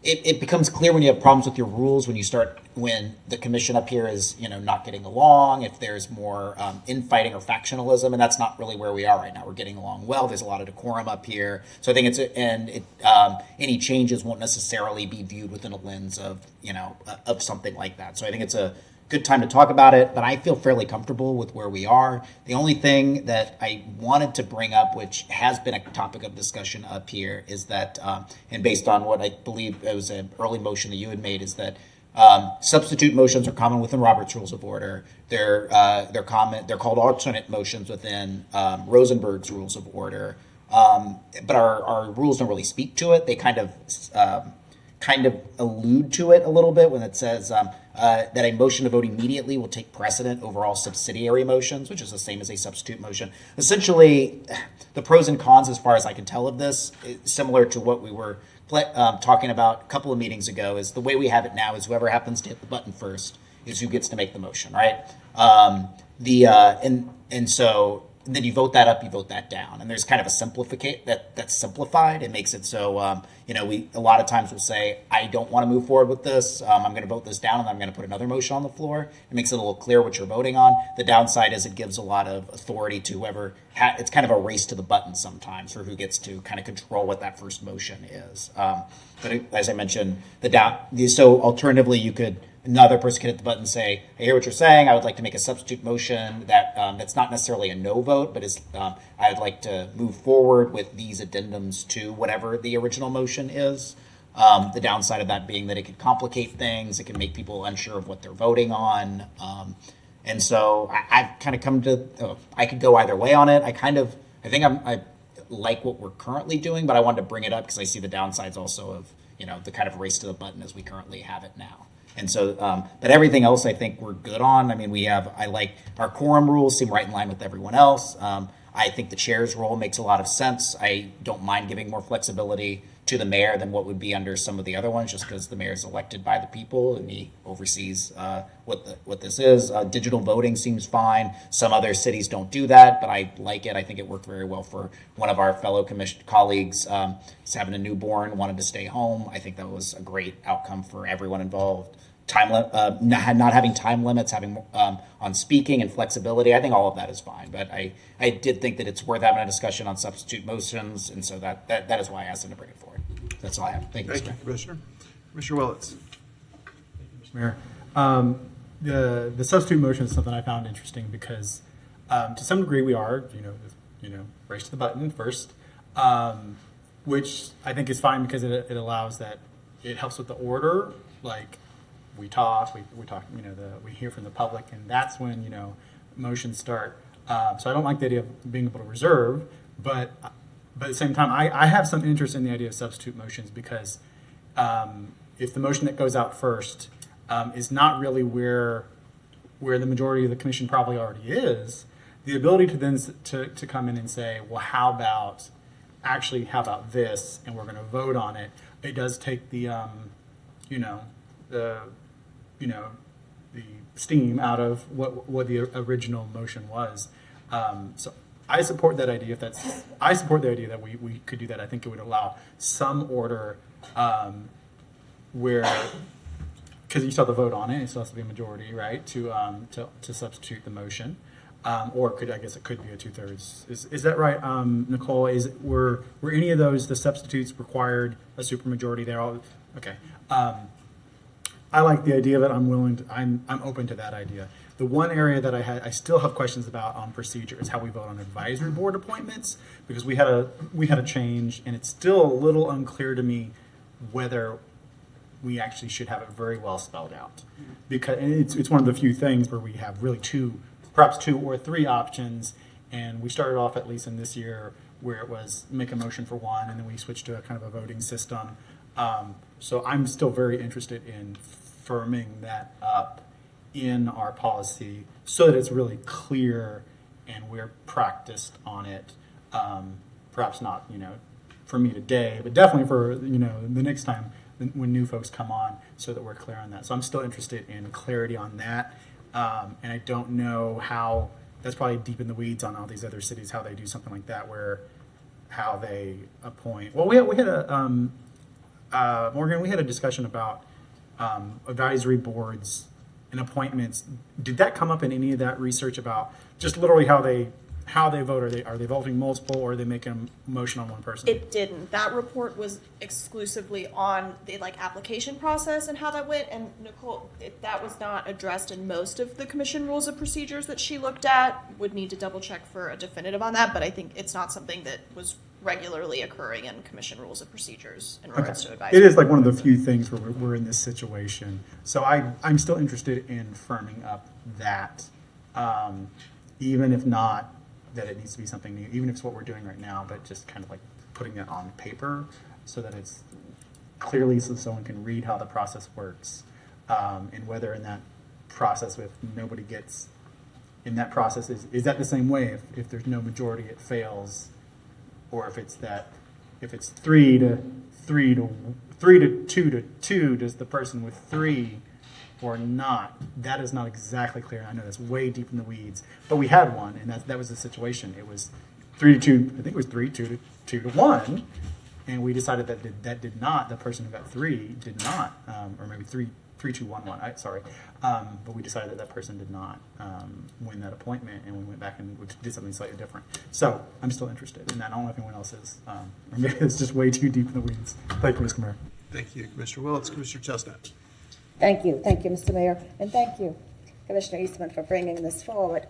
When I came to the commission, I came from a system where substitute motions were very clear, and they helped to clarify, for me, the issue. Because if you accept the substitute, then the other one fails, the main motion fails. But I've sort of become accustomed to this system now, and I think that this system works well. And we don't have to race to the button every time. It's not on every vote. But this is more of a relaxed Robert's rules, if you will. So I've become accustomed to it. So I could stick with it as it is. Thank you. Thank you, Commissioner. Commissioner Book. Thank you, Mr. Mayor. Thank you, Commissioner Eastman, for getting the research project and giving us some more information kind of in the way that we operate.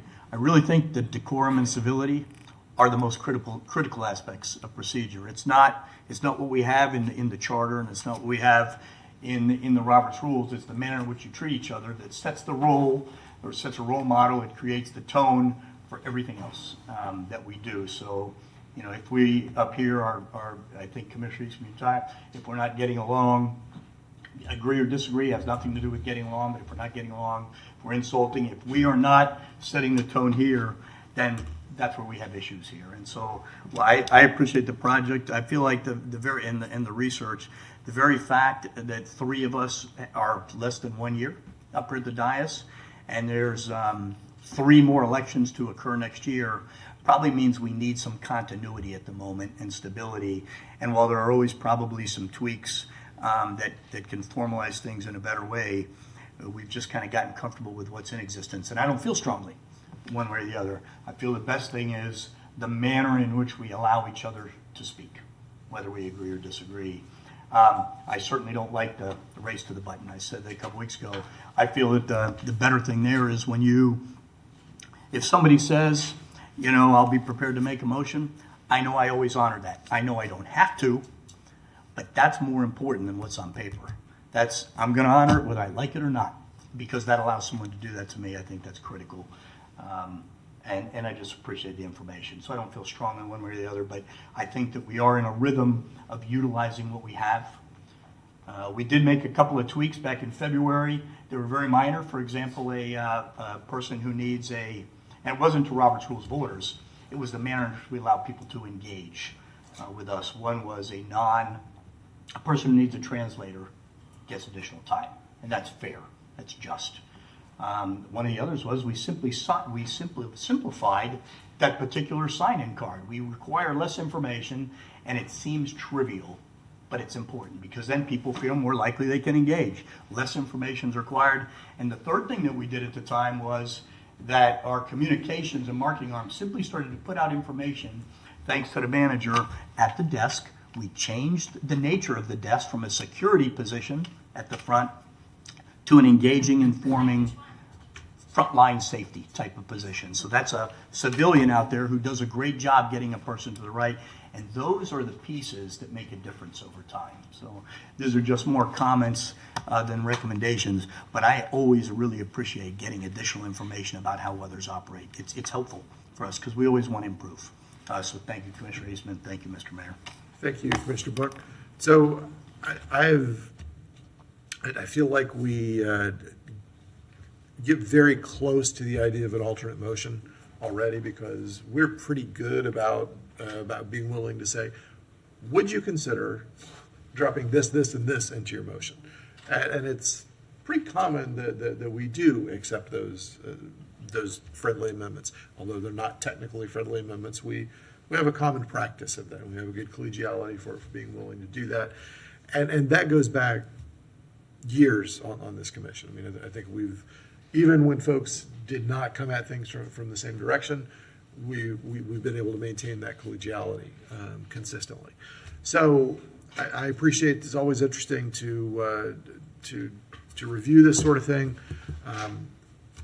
After we asked for public comment, I would be interested in coming back with a more specific manner for the way we do our board appointments.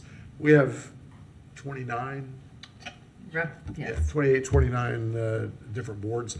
That's a lot, and that means we do a lot of appointing, and sometimes we don't. Sometimes we have an even number of folks up here, and that makes it really hard to achieve what we're trying to achieve without a little confusion.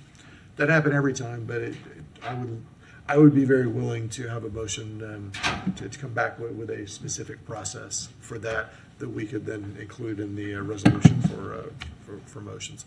That said, Madam Clerk, do we have public comment? Yes, we have one speaker, Jim Conish. Welcome, Mr. Conish.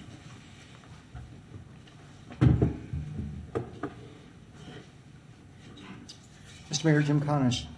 I would like some consideration given to the citizens who come to these meetings, sometimes with tremendous expertise that you pay hundreds of thousands of dollars to outside consultants, yet you have experts in the audience with similar, if not superior, knowledge. So one thing is when you have a citizen with special expertise and they're on point and they're respectful and they're civil, I think you should have the authority to let them have more than 3 minutes if they're discussing something like GRU governance. I think you benefit from that. I think the public benefits from it. There's been citizens for decades that come here that could be making all kinds of money, but instead they come here because they love their community and they want to give you their expertise for free. So I think there should be some consideration of that. Another thing is, I think there should be an attendance policy. That if you're unable to attend the meetings and participate in the process, then you shouldn't be on the commission. And to have someone sitting at home with a mask on a regular basis, I've never seen anything like that. And another thing is that I don't think commissioners should ever be interacting with the audience. If they don't like the way the audience is behaving, because I'm always respectful, but not everyone is, Mr. Mayor, they should turn to you to straighten out the audience members. We have 2 police officers here. We don't need self-appointed sheriffs who are not the mayor policing the behavior of people and the audience, also known as the peanut gallery. So I would like some considerations given to the people like myself who've spent an enormous amount of time, money, energy, who get nothing in return but harassment outside these chambers, to be, included into this discussion. I would like to remind everyone that Senator Keith Perry was spit on coming out of a football game and insulted in front of his wife. Those are the kinds of prices you pay when you speak truth to power. Look at what happened to Carlos Holt. He was tarred and feathered. So the citizens that come down here at their own risk. And they should be accorded absolute deference if they're civil, if they're knowledgeable, and if they're here for the right reason, because they love the community that, in my case, I've lived in for 51 years. Thank you. Thank you, Mr. Conish. I would point out that I have been consistently breaking the rules as mayor by allowing folks to speak more than 3 minutes. I've made a practice as long as letting people finish their thought, whether they ask for the additional time or not. It has been very rare that I've asked folks to please be careful if we had lots and lots and lots of speakers. I've gone out of my way to try to do that. Mr. Conish, you've benefited from that as well the last few meetings. I am not particularly authoritarian about the 3-minute mark. There is an enormous amount of opportunity for outreach to commissioners individually. And we welcome that. We certainly invite people through a variety of means to send written information.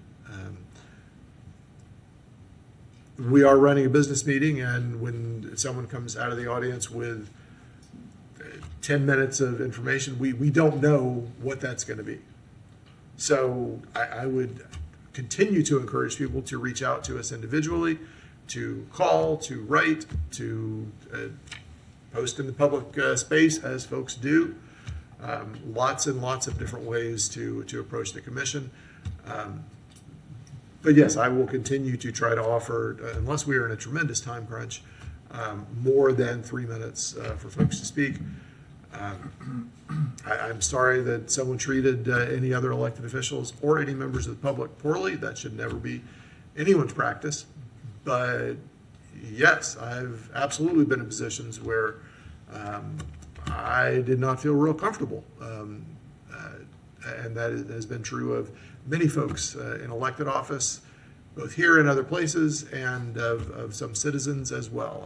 I know that our public safety folks have helped escort citizens to their cars who did not feel as if they were safe from other folks who were here over the years. We've definitely seen that, and I will say the city of Gainesville has been able to keep that to a minimum compared to other cities that I have seen, but I am always hopeful that peace wins and that we hear each other, whether or not we agree with each other. That's how this stuff is supposed to work. Do we have any other folks for public comment? No more public comment. All right, thank you. Commissioner Willits. Mr. Mayor, I will just say I love the county's chambers because their light has a ding at 3 minutes, an audible, and that helps people understand that it's not personal. That's just the time. So I really like that. So if we ever see one available for purchase, I 100% support something with an audible bell. Because when they're really impassioned, they'll just talk all the way through. You could be our dinger. I'm just saying. Right? On the Zoom meetings where someone's taking time, yeah. Yes. So anyways, I like that idea. But I'll also say I appreciate Mr. Conish's, particularly his saying that some people don't always feel comfortable coming down. Because I know that there are people who don't feel comfortable coming down and speaking to us. And often it is because of the rest of the people, the rest of the public. And so that's why I support really trying to make sure that we don't boo and jeer and cheer. Because for someone to say something that is perhaps unpopular or not in the majority of the crowd, it can be very unnerving to have all the little things behind. So that's the same reason why we ask the public to really be respectful. It takes bravery, to be in a democracy. You should have to kind of stand behind what you think.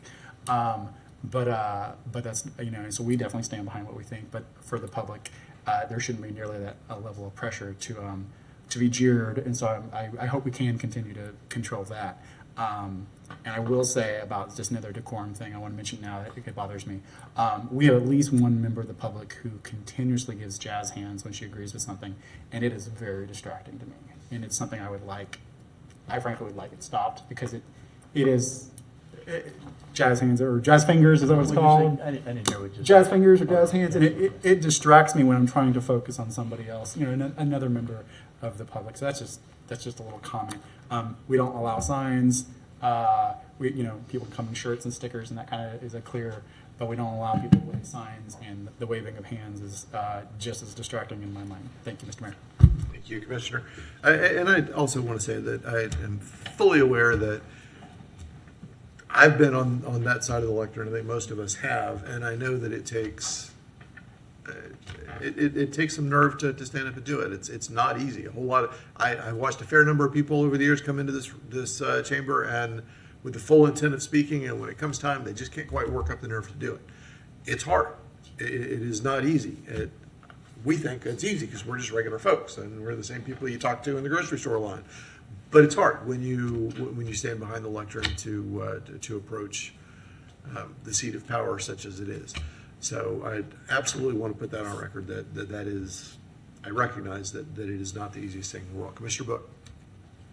Thank you, Mr. Mayor. This is just a very brief comment. I do remember when we were talking about the tweaks several months ago, one of the pieces of research from the policy oversight arm was in fact specific to people with expertise.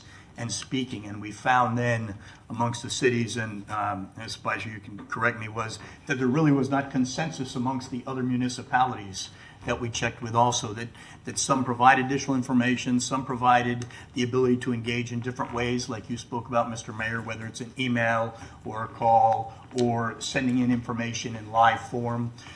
So we did have a little bit of discussion about that very specific piece, and it was pretty interesting. So that may be something, Ms. Spicer, that we want to share. Mr. Konish, it's a very valid point, and we actually have some research on that piece about folks with expertise. So I just want to mention that. And we did have a little bit of discussion about that a few months ago. So thanks for the research you've done, and maybe something worthy of sharing there. Thank you, Mr. Mayor. Very good, thank you. So, does anybody want to make a motion about bringing back a plan for advisory board voting? It's okay if we don't, but if anybody wants to. Okay, go ahead. I move instruct staff to bring us back a draft that clarifies our current procedure. And if we don't like the current procedure, we can go from there. But it clarifies our current procedure for voting on advisory board appointees. Is there a second? Second. All right, we have a motion and a second. Any other questions about that? Okay, all in favor say aye. Aye. Any opposed? All right, that passed unanimously. Madam Clerk. Thank you all. Thank you, Mr. Mayor. Next, we have 2023-932, presentation by Parks, Recreation, and Cultural Affairs on the City Hall Plaza ponds. With the recommendation of the City Commission, here a staff presentation on a proposed demolition and rebuild of the City Hall Plaza ponds and provide direction as necessary. Ms. Waite, you're going to do this one? Okay, welcome.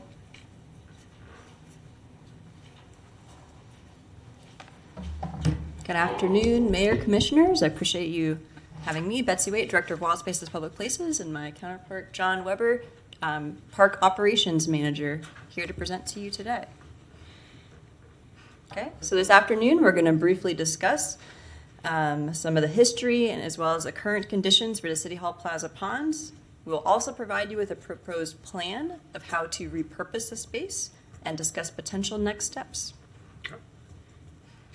So the City Hall Plaza ponds, as I'm sure you've seen many, many times as you walk by outside, so they were constructed in the mid to late 1960s as part of the construction of the building we are here today. And the ponds have had many treatments over the years. So this photo is kind of circa early 2000s, and so there were rocks in the ponds, we've seen fish in the ponds, and there's been a number of treatments and kind of looks to the ponds over the years. So fairly recently, in 2019, so there was a public art project that painted the bottoms of those concrete ponds. And just so you're aware, so some of the infrastructure that supports the pond, so the pumps and the filter are located in the basement of City Hall. And John Weber is going to get into a little bit about the maintenance concerns with kind of that infrastructure and the maintenance and how difficult it is to kind of keep these ponds up and running. Just want to let you know where the infrastructure is housed. So these are some images taken a few weeks ago.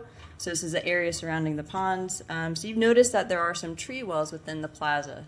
So some of those trees are really getting too large for their existing tree wells. And so you've also seen where there's some asphalt patching that's making an attempt to keep the space ADA accessible. And so it is not the most attractive scene. And we also feel like those trees really could benefit if they had a little more space. And it's just another photo showing some of the existing infrastructure. So we have one electrical receptacle that is used to support events held outside. So we would definitely need to maintain that and whatever improvements or changes take place within the plazas. And I just wanted to focus on that church stone wall that surrounds those kind of raised ponds. And now I'm going to hand the baton to John Weber to discuss operations and maintenance concerns. Welcome, Mr. Weber. Good afternoon, Mayor, Commissioners. John Weber, Park Operations Manager with Parks, Rec, and Cultural Affairs. So I want to give you a little context about how the ponds work before I talk about the issues that they have. So they were constructed in the 60s, and it's a recirculatory system. So we have the pond that's closest to City Hall building, which is essentially the return. So the water goes from there, drains to there, goes to the City Hall basement, where it's recirculated through the pump system, pushed back up to the deep pond, which will be at the south end, comes out through the fountains, and back and trickles back down all over again. So historically, we've had a lot of issues with maintaining the ponds because of the tree canopy. We've had a lot of leaf debris that gets in there. The shallow depth of the pond closest to City Hall causes a lot of algal bloom, so we have to vacuum a lot and clean that up. We expend roughly 50 man-hours a month maintaining the ponds when they're in good condition. Sometimes it's worse depending on the time of the year. When fall and winter here, we got a lot of leaf debris. It takes more time. But the what prompted some of these discussions was staff would make comment about, hey, the water was down really low this weekend. We don't know what's going on. So we noticed over a period of time that progression got worse and worse and worse. So it would drop a level of 3 to 4 inches over a weekend, which is a little more than just evaporation from radiational heating. So we did some leak detection. We had some companies come out, give some estimates, and we determined that there is a leak in the main drain, which is in the northern pond, so it's in a sump area, and it's about a $20,000 repair. So what they have to do is they have to cut all that concrete out. They've got to find the pipe. They have to fix that leak and then rebuild the sump.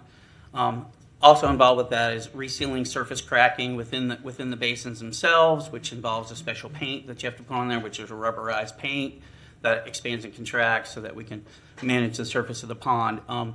Once that repair is made, it does not guarantee that there are not more leaks. So we have to do some more leak detection after that. So Ms. Waite explained all of the wonderful things that we have done over the years, from the rocks and floating plants and dye for some of you that have been here for a long time, to the murals, which, we put the murals in, which is a great idea, but the chemicals that we use to treat the ponds have affected the murals, which has shortened their lifespan.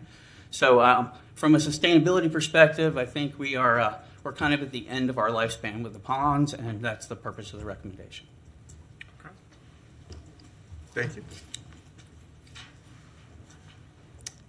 So today we bring before you a proposed plan. Again, we're in the very preliminary starting, this is a concept. We're definitely not locked into this idea, but what we're proposing is that we see an opportunity to add kind of an event space, kind of just outside of City Hall. So rather than have that pond, if it were to be repurposed, it could be brought down to grade, and we could have a flat, accessible space. So we're looking at concrete. We would propose to make it at least 6 inches thick, 4,000 PSI concrete. So you really are preventing future maintenance down the road to give ourselves a really good long lifespan with that future concrete area. We also have an opportunity to increase the green space within the plaza. So we're looking at the southernmost pond closest to University Avenue. I think this is, okay, I'm not sure how to use this. Oh, here we go. So that southernmost pond, is shown in green here. So we think that could be repurposed and have a really nice landscaped, like mulch planting beds. John Weber's staff, using tree mitigation funds, could plant new trees, could plant some Florida native grasses. All Florida-friendly infrastructure or plants could be installed there. Increasing the green space by about 2,000 feet. We also see an opportunity to really increase the accessibility of the plaza between the old library and the pond. So we have a lot of, asphalt patches, just some really unattractive short-term fixes that have been installed over the years. And we would like to, again, looking at the space, probably reconstruct about 4,000 square feet of that space, which is already concrete. But by doing so, we could increase the tree well spaces, really just, give those trees a little more breathing room, which they deserve. And also make that space accessible to everyone. And we're talking about the space here. Okay, so between the old library and that southernmost pond. Just to orient you to this photo, so this is University Avenue, this is facing north, and this is the City Hall building that we're in. Let's see what else I missed. So we would propose that park operations staff facilitate the landscaping. They'd use tree mitigation funds for the new plants. And we would propose that Wild Spaces would pay for the new concrete work in the order of magnitude, maybe about $35,000 is what we're looking at. And what would this look like?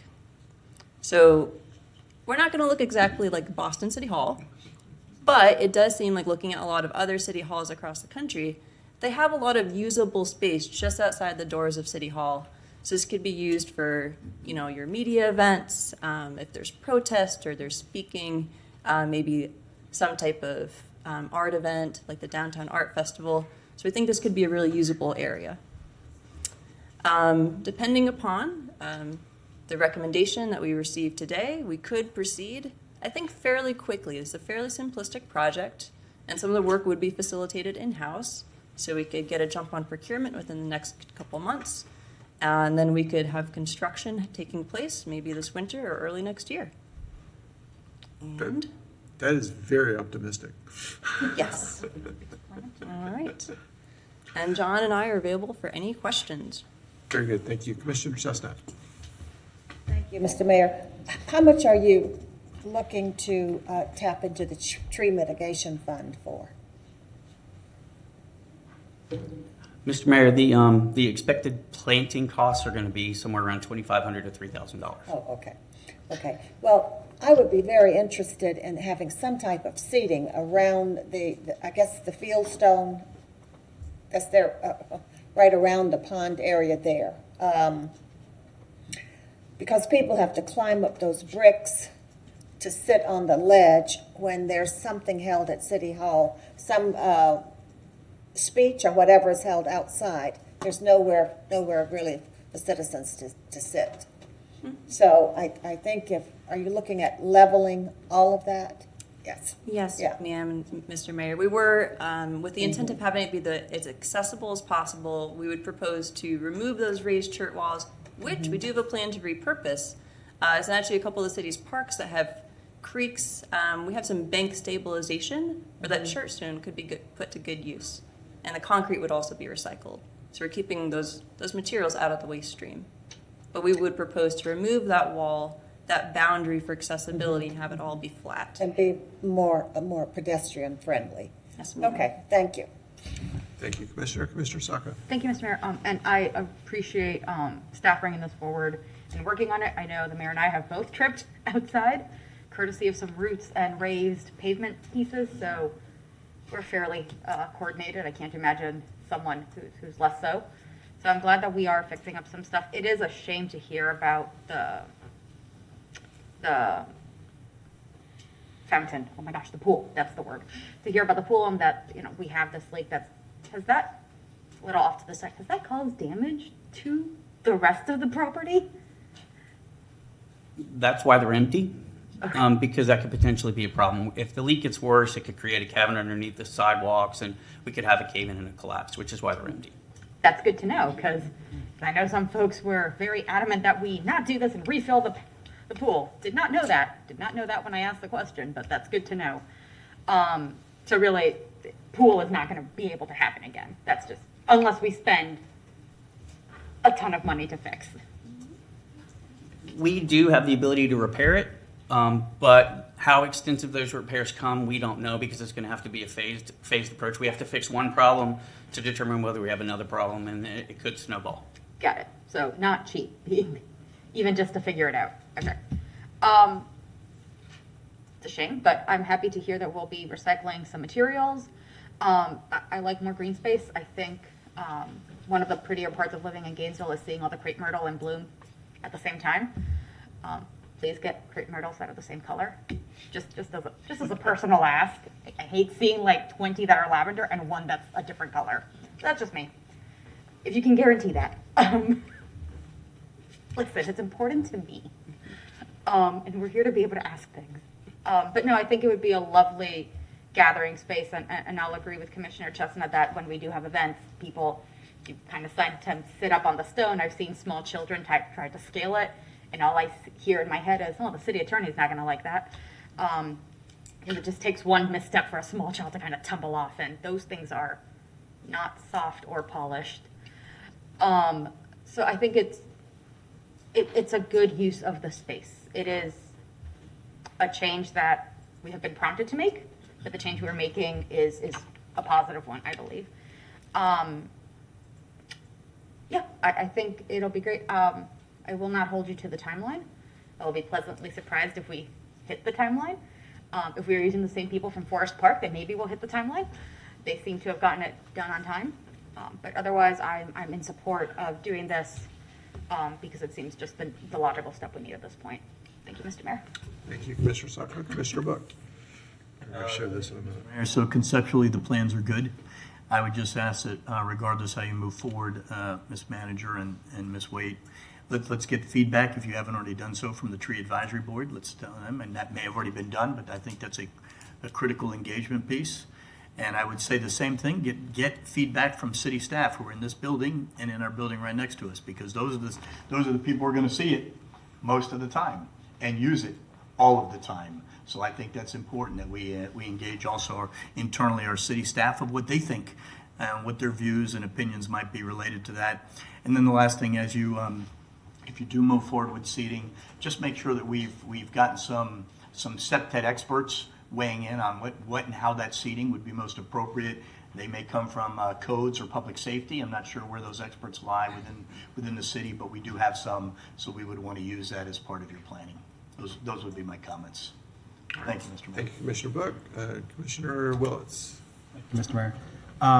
I echo the idea that, kind of, perhaps not in this, but I don't know how much we're looking into this project versus in the later, but the potential for more seating around the edge. Great public spaces have seating area, right? Great public spaces allow for people to rest and just to chill out there. I love this. I like the area for this potential for gatherings, particularly for protests, for kind of planned or even spontaneous, group, expressions, and we see that. I've been to them. It is not a great space for a protest because of the way the pools are configured. I don't think it was ever envisioned like that, but I think, real cities need real public squares, and to some degree we have kind of a bifurcated public square, because we kind of have right in City Hall, and then we have Bo Diddley, which is kind of the public square as well. So it's kind of bifurcated by University Avenue. So I welcome the idea that we make in front of City Hall a little more of the public square for protests, for political communication, and part of that is needed is some seating around the outside edge so everyone can participate in that at some point. So I like the idea of more, just more space for that. I like the idea of potentially adding, if we're getting rid of some impervious surface in the end.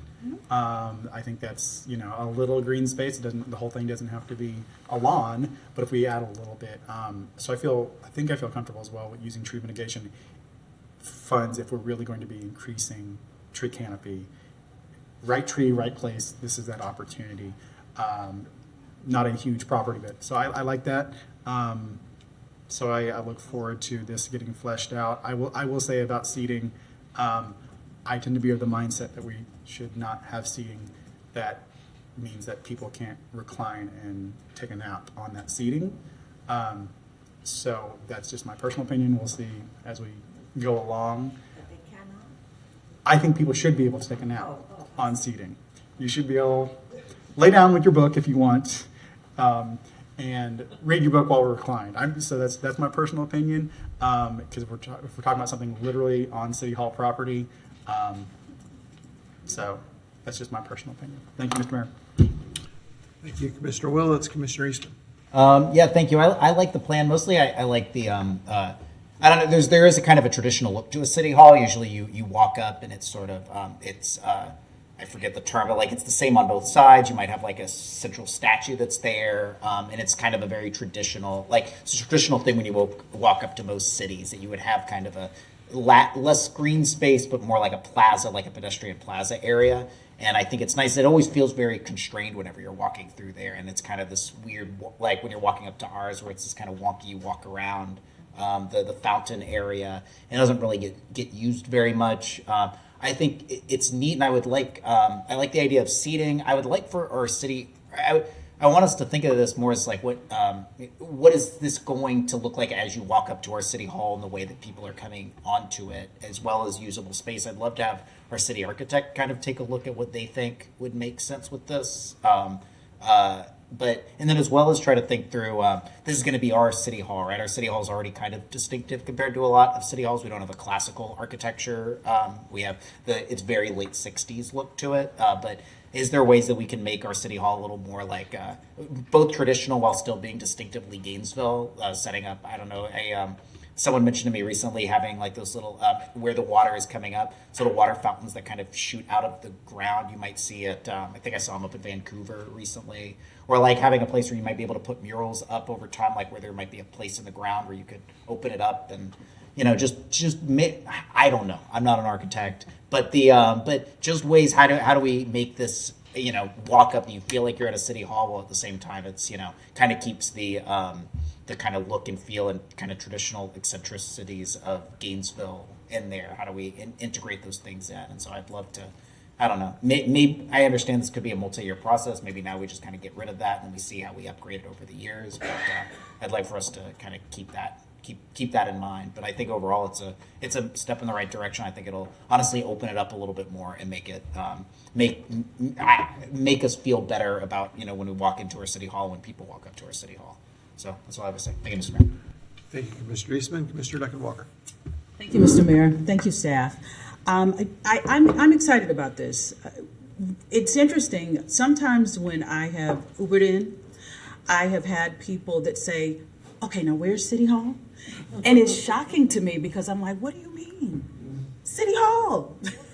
And you would hope that people would know where City Hall is. I see this as an opportunity by creating this sort of space that allows the front of the building to be much more visible from University and even that side street, to kind of create that welcoming vibe. This is City Hall. I protested out there with about 600 other people. And it was interesting trying to navigate those bricks and those ponds. And so I think creating a space where that freedom can be enjoyed, but also where we can have different events where the public understands that this is your city hall is critical. What a great opportunity. I'm remembering, and it's a much smaller project, but over at the Clarence R. Kelly Center, you all created a beautiful green space. I mean, it is gorgeous. It is so neatly manicured. And what happens is you add chairs out there when you do events. So there is some built-in seating. There's limited built-in seating off to the side, but you add chairs onto that green space depending on what it is that you're doing, and you take it away when it's not needed. I'm so excited about what it is you'll be able to do with this, how you will make this aesthetically appealing and functional for those of us who want to continue to provide speeches or whatever, but also whatever artists may be able to utilize the space. I was really, really happy to hear that we are going to be conscious about recycling the materials and that you already have a plan for that. So thank you very much for that. But I'm looking forward to seeing the detailed renderings of this, and I'm very excited. I will end with this note.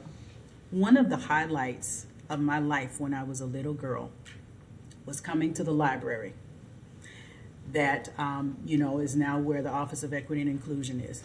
Dating myself just a little bit. I'm going to talk about that a lot. Right. And going over the steps and peering over into the pond where there were koi fish was one of the joys. And now seeing this, obviously, as an older individual from a different perspective in a different time, I welcome this change, and I think that you can do it in a very sensitive way that pays homage to the space and its original purpose, but also gets us to a point where we can really re-envision and repurpose it for the citizens or the neighbors of this city. So I'm I'm appreciative of this project and this idea. Thank you. Thank you, Commissioner Duncan Walker. Commissioner Sacco. Thank you, Mr. Mayor. Commissioner Duncan Walker, not to ruin your childhood, but I did hear an urban legend that the reason the koi fish went away is someone tried to eat them. I never heard that. Early 2017. Tried to eat yeah. some corn? Not tried, did. Microwaved them downstairs. Microwaved it downstairs. So the change is even more welcome now. No. It was not. That's why we locked the room. So, the room you know, downstairs. some context for what happened to the koi fish. I'm glad I didn't know that as a child. Yeah. No, that was recent. It wasn't But, that. and I will say this as well, at least our building is a little more recognizable than the county building. People know where to find us a little easier, so we have a more apparent city hall. But I did have one question, a real question. As if we take away the, what did you call the stone? The scratch- church church stone? Church. Chert. Right? Church stone. The lighting is still a feature in there. Will that remain, or are we adding different lighting as far as safety? So that would be removed, the lighting that's inset to that church stone wall. And we would have to do a photometric plan, work with an electrical engineer, and see, we might have to add another acorn light or two, kind of what's out there already, adjacent to the parking. So we'll have to look at the lighting. Okay, but there is a plan to look into it. Okay, because I love trees, the trees at night. Okay. I just wanted to make sure we did have some plan, and of course you do because you're good. Thank you, Mr. Mayor. All right, thank you. Mr. Duncan Go do Walker, your I'll leave you thing. in charge. I'm going to go show this picture up there. He's gonna date himself. Is the photo older than me? Madam Pro Tem, can I just speak for a second? I want to at least, at this point in time, this has been something that I have wanted done since I came to City Hall, because I agree with you. I mean, it's City Hall, but you really don't know it until you get close, right? So I want to give Phil Mann and Andrew Persons and the little group on the 4th floor that basically we're trying to figure out what to do. We got some urgings from Commissioner Book, and we got some urgings from the mayor as to when are y'all going to do something about the way it looks out front. And so punting it to Park and Rec and getting Betsy and staff involved with a funding source. And of course, tree mitigation came from, Phil and Public Works. And so I just want to say thank you, because it's about time. Thank you, Madam Manager, Madam Mayor Pro Tem. I saw this on the internet again a couple of weeks ago, and I clipped it for a variety of reasons because it just comes in handy. This is probably around 1969, maybe 1970. The building was done in 1967, and the only reason I know that is because so was I. So I feel kinship with this building. Like you, Madam Mayor Pro Tem, I spent a lot of time walking over this little bridge here to the library over here. Can't see it, but we call it a library building because that was the public library, and it was a really cool building. I mean, the way we rebuilt it is, I haven't been able to find pictures of the interior from when it was a library, but it was very 70s, very late 60s, early 70s. So anybody who didn't get that opportunity to enjoy that when it existed, it was unique. I mean, it had kind of a Brady Bunch staircase, one of those floating stairs, and all that. Anyway, if you look back at pictures from the mid 60s, early 70s, it looks like downtown was scraped clean with a razor blade. If you look at an aerial, they're not trees. These trees go back into the duck pond behind us, but the whole of downtown was just scraped clean and started over essentially sometime in the 60s. That's the county administration building, it's this building, it's the library building. We started with a brand new palette, basically, in Gainesville about 55, 60 years ago. And so what we've inherited, what we're working with today, the tree canopy and all that, that is new. It is not time immemorial, even though it feels like that to most of us. I was at a presentation for Gainesville Housing Authority last night with some aerial photographs of out east. Even that was not loaded with trees. If you go back to the 1930s, it was mostly farmland, active farmland. So it wasn't full of the tree canopy that we have come to accept. And it's important to remember that as we go forward. I have lots of nostalgia and pleasant memories of this particular the pools as they exist in this picture, because I associate that with going to the library as a kid. But we can do better. I trust you all to do better and to bring us something better than what that was. It was good, and it was great to grow up around, but it also wasn't particularly environmentally friendly. No question that, having a pool there that you can't swim in, and you're spending money and chemicals and et cetera, electricity to keep that running and to keep it in good shape, that's not a good use of our resources. It's not good stewardship of our planet. I'm very pleased to see us rethink that. One thing that I would ask is, if we could do it without expanding the budget, which I don't even know what the budget is, but if we could do it without expanding it some, perhaps a raised platform area from this viewpoint facing north, so that when people are speaking outdoors at City Hall, they're not staring south. Because except for a month or two of the year, if you're here in the daytime and you're speaking on City Hall steps, you are going to get burned. And if we could do something under the shade canopy, or the tree shade canopy, if we can, it's okay. But it's just something to consider, giving folks the opportunity to speak more comfortably from the south end of the complex.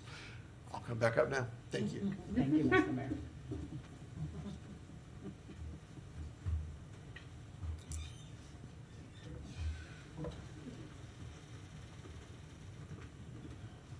Do we have public comment, Madam Clerk? We do have public comment. First is Penny Weber. Welcome, Ms. Weber.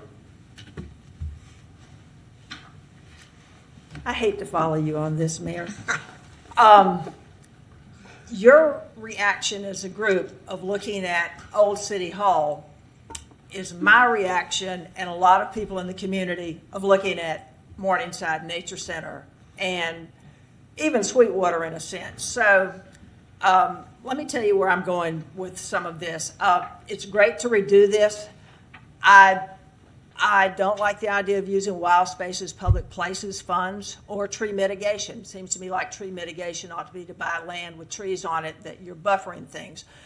Every time a new project is dropped into wild spaces, public places, the projects of doing shelters at Morningside and Sweetwater and Blazing Trails keep moving down the road. It keeps kicking the can. That's my only complaint about this.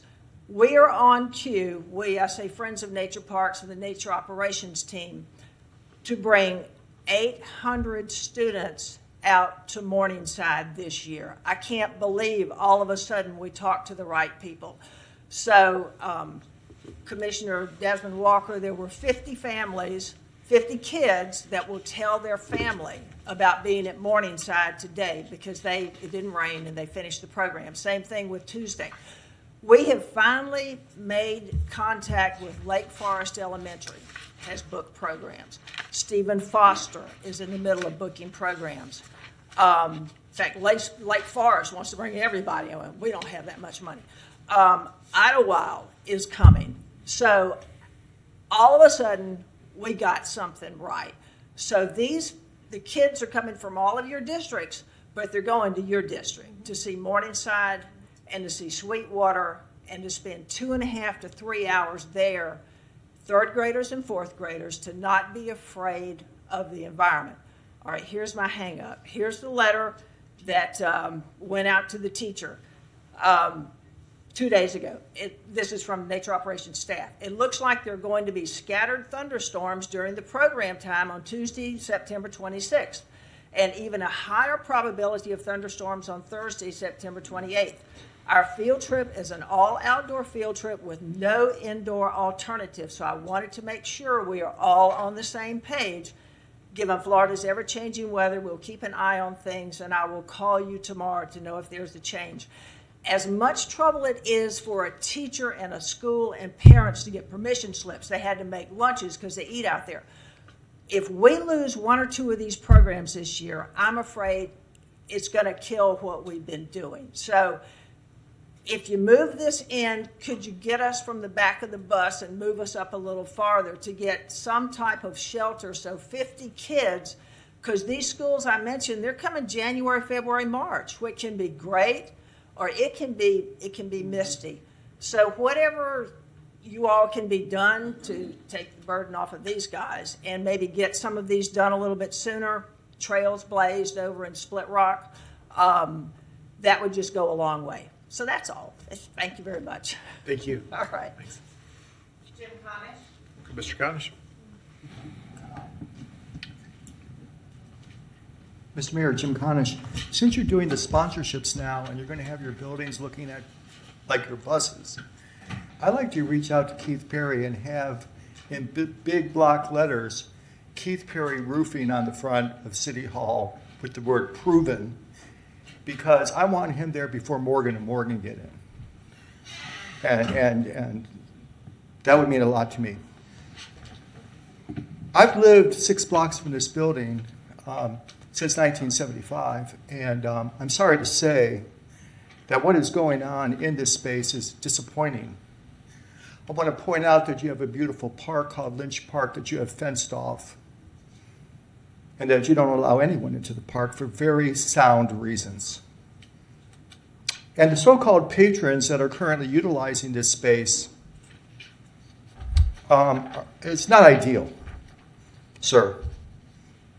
Not for the public, not for my neighborhood. So to have this as a space where people can recline and read books, I don't want to reclining and shooting heroin.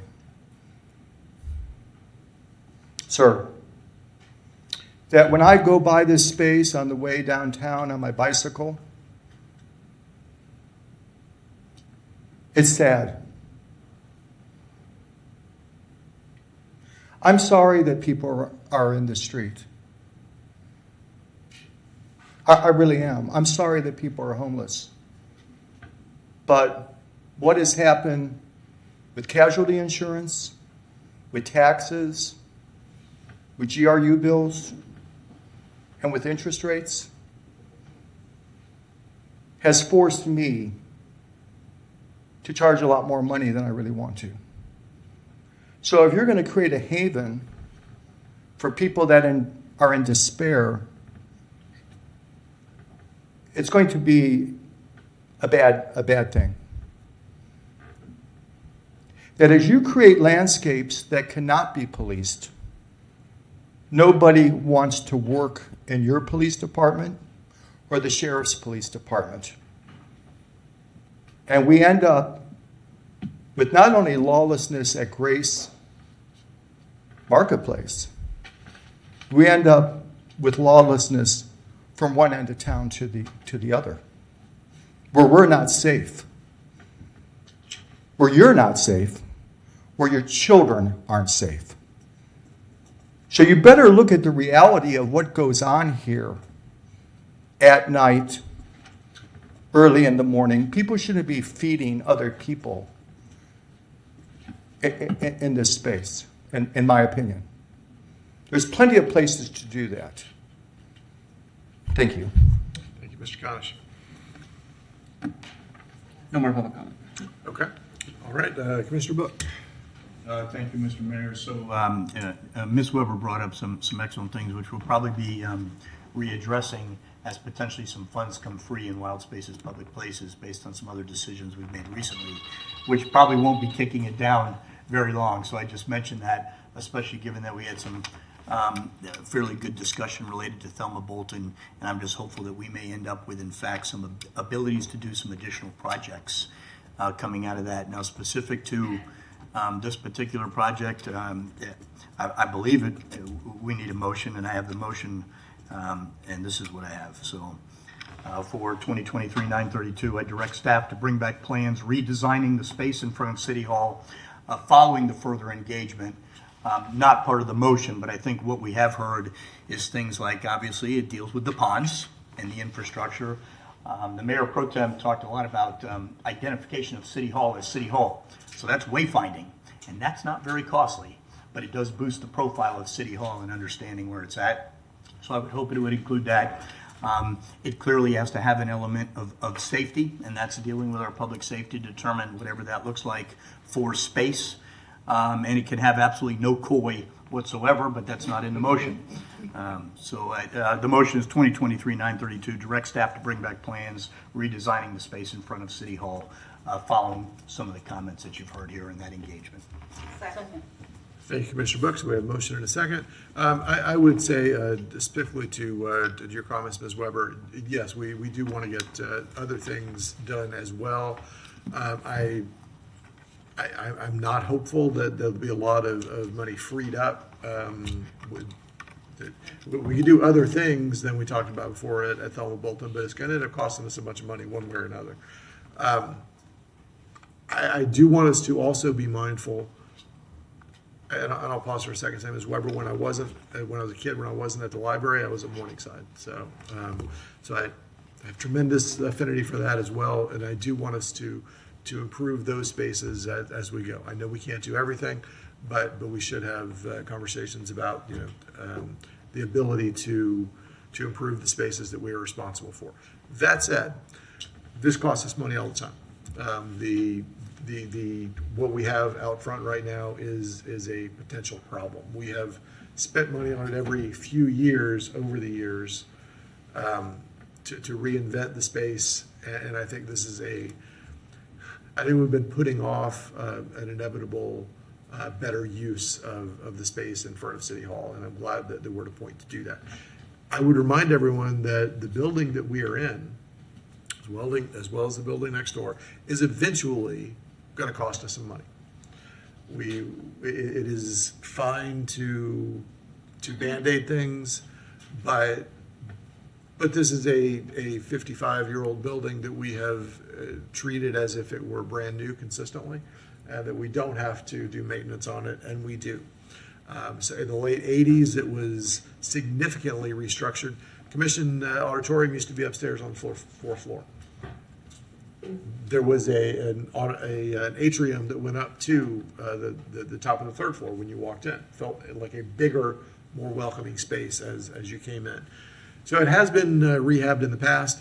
At some point, that's going to need to be done again. I'm not saying that it should be now, but if we don't start to consider a plan for that, then we're going to be surprised by major emergency renovations at some point in the future. That's not a this year project, obviously, but it is something that needs to be planned for as we move forward. Commissioner Duncan Walker. Thank you, Mr. Mayor. I did want to speak to the Morningside issue as well, because that is very, very much important to me. So my grandmother and I would have breakfasts out at Morningside every Saturday morning. So that's a very special place to me. I wanted to ask, Betsy, we often get presentations. You bring us presentations on a regular basis about wild spaces, public places, and we get a chance to see where things are on the list. I wonder if you can speak to where Morningside is. I know this is it's off the cuff, and your brain is massive, and you know a lot. I don't know if you can speak to, or, I think we recently had a presentation at least a couple of months ago where you showed us where projects that will be coming up next year are on the list. Do you know where Morningside is? Can you speak to that? Yes, ma'am, Mr. Mayor. So I believe it was back in early June, we brought before you a work plan for FY 24, 25, 26. I believe that was kind of the period of time we're looking at. And so you did approve us to move forward with doing a master plan for Morningside Nature Center. So it's on our radar. You've kind of given us permission to move forward on that. Just waiting on staff availability, so we need to finish up some of the projects we're currently working on to free up some time to start that master planning process. So it's definitely on our radar, and it's coming soon. 24, 25, 26 was the time frame that we were talking about. And those shelters that we heard Ms. Penny discussing, those are a part of that master plan, obviously. No? They have not been approved as part of the master plan. So within that work program, that was not brought forward from staff or during the update to the master plan as a high priority project. So it's not currently on our project list. We definitely could, you could make a motion, we could add that to our work plan or look at that for a future work plan, but that is not currently an approved budgeted project. I would, given the need, given the what we see as schools that are going to utilize the space, I would like to make the motion when it comes time. Well, just want to add that to the initial motion. Are you comfortable with it? What do you think, Mayor? You want to do that as a separate motion? Sure, yeah, I don't mind. All right. Okay. You good? Yes, All right, thank you. Ms. Wade. Okay, I see no other lights, so let's vote on that motion and we'll get another one. All in favor, say aye. Aye. Any opposed? Okay. Okay, I move that we add shelters. Is there another specific word, Betsy? Did you need a more specific or appropriate word? Because I want to make sure I get this right.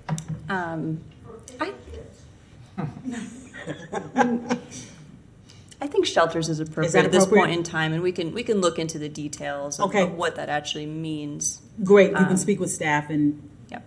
nail down what the needs are. Programmable covered space. Okay, are you okay with that? All right, all right. I move that we add programmable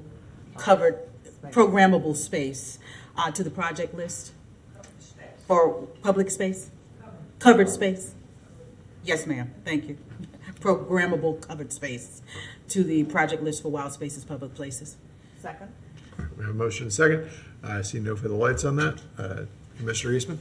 And this is more just about the process of all of this. I mean, so we have a work plan, and now we have something that I guess we have an idea of what programmable covered space, what kind of budget we'd be looking at, or where that. Because if we did that, then we would put other things off of the so there's lots of great projects for wild space public places. I just want to make sure that we have all of the information at hand before we start, adding things to an overall work plan and where that's going. That's great.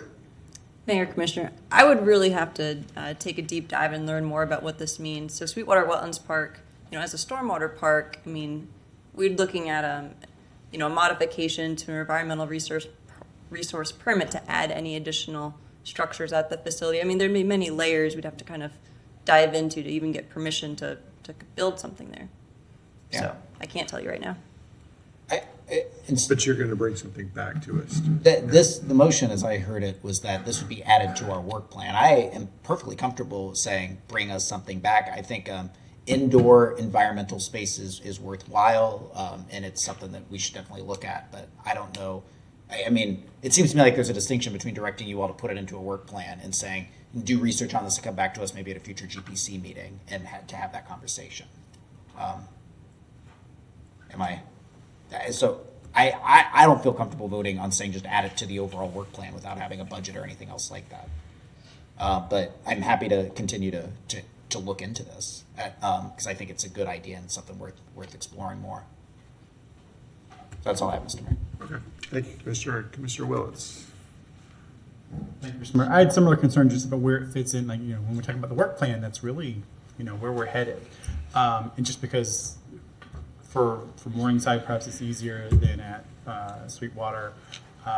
But so yeah, I have similar concerns about how we add stuff to it because when in the next however many months, as we look at other prioritizations in wild spaces, public places, about other facilities, other things, other land, I want to have a better understanding of the volume we're talking about, because what it pushes other things out.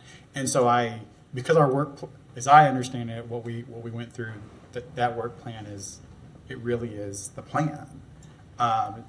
So I have similar concerns about putting it in the work plan right today, as opposed to coming back with some information about should we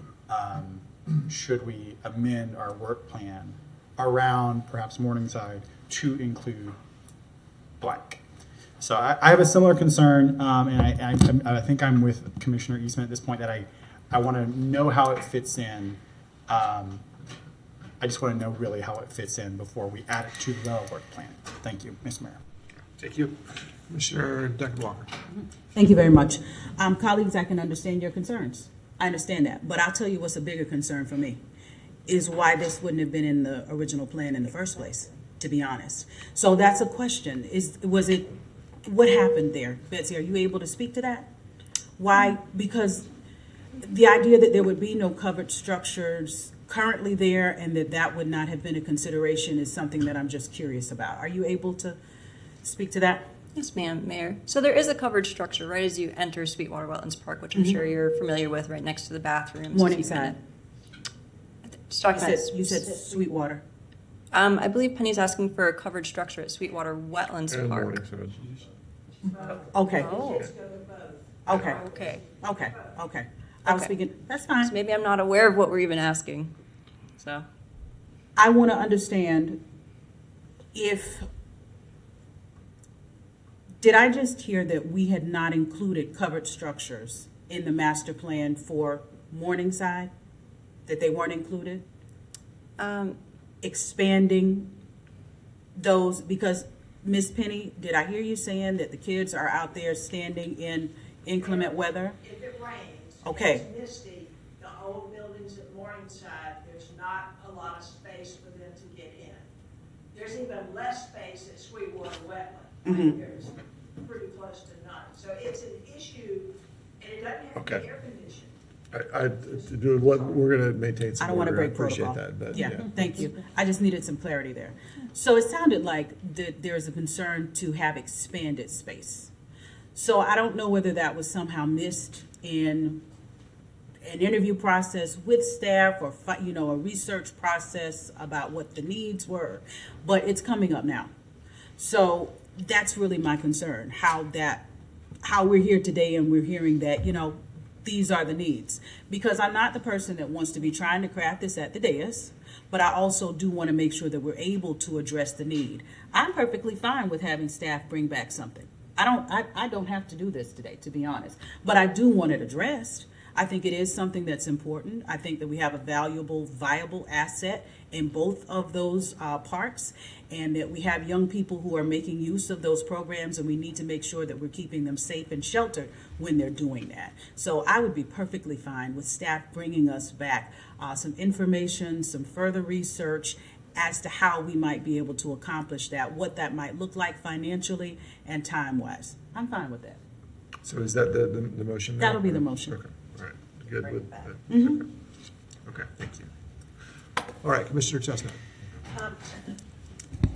I agree with Commissioner Duncan Walker. Morningside has always been an educational facility, so it would seem like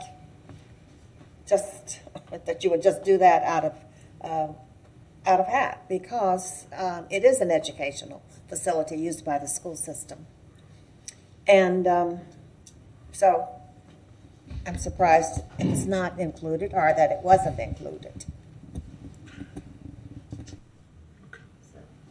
Thank you, Commissioner Chestnut. So what we'll get back is some alternatives for how that might work into the system, what we won't do otherwise if we prioritize that. I mean, that's what changing the work plan is, and that's okay. You all confer, bring us back ideas. That's the idea. All right, all in favor, say aye. Aye. Any opposed? All right. Thank you, Mr. Clerk. What's next? Mr. Mayor, we have item 2023-839, General Policy Committee Administrative Session, with the recommendation that the City Commission set its General Policy Committee schedule for fiscal year 2024, quarter one. Thank you for that. And I will tell you all, I don't think there's any point in including the GRU discussion placeholder on these. That was there in case there were short-term things that needed to be done. But by the time we get to the next one of these that has that, I think many things will be answered, and we can get back to scheduling things in some advance. Let me also say before we go through this list, I will not be available October 12th, and unless we've got something specific to do that day, I would be comfortable with not having GPC that day. So that's Ms. Spicer, do you want to make a presentation or anything, or does anybody have, pardon me? Mayor, Commissioners, Morgan Spicer, Policy Oversight Administrator. We don't have much pre-scheduled for you all this upcoming quarter. October 26th will be a special meeting for the Open Container and Entertainment District discussions, and then we'll come back again on December 14th for the next administrative session, and that's also when you all will approve the 2024 calendar and recess dates. But other than that, nothing is pre-scheduled, so if you have things you would like to place on the schedule, we can do that. Okay, thank you. Commissioner Eastman. Yes, thank you, Mr. Mayor. I move to approve the General Policy Committee schedule for FY 2024 quarter one, with the addendum that we not hold a General Policy Committee meeting on October 12th. Second. Okay, we have a motion and a second. This is ministerial. Anyone, I'd see no further lights. All in favor, say aye. Aye. Any opposed?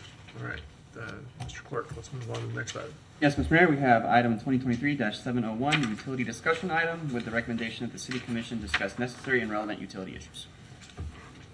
Lights. Okay, I don't, well, hold on a second.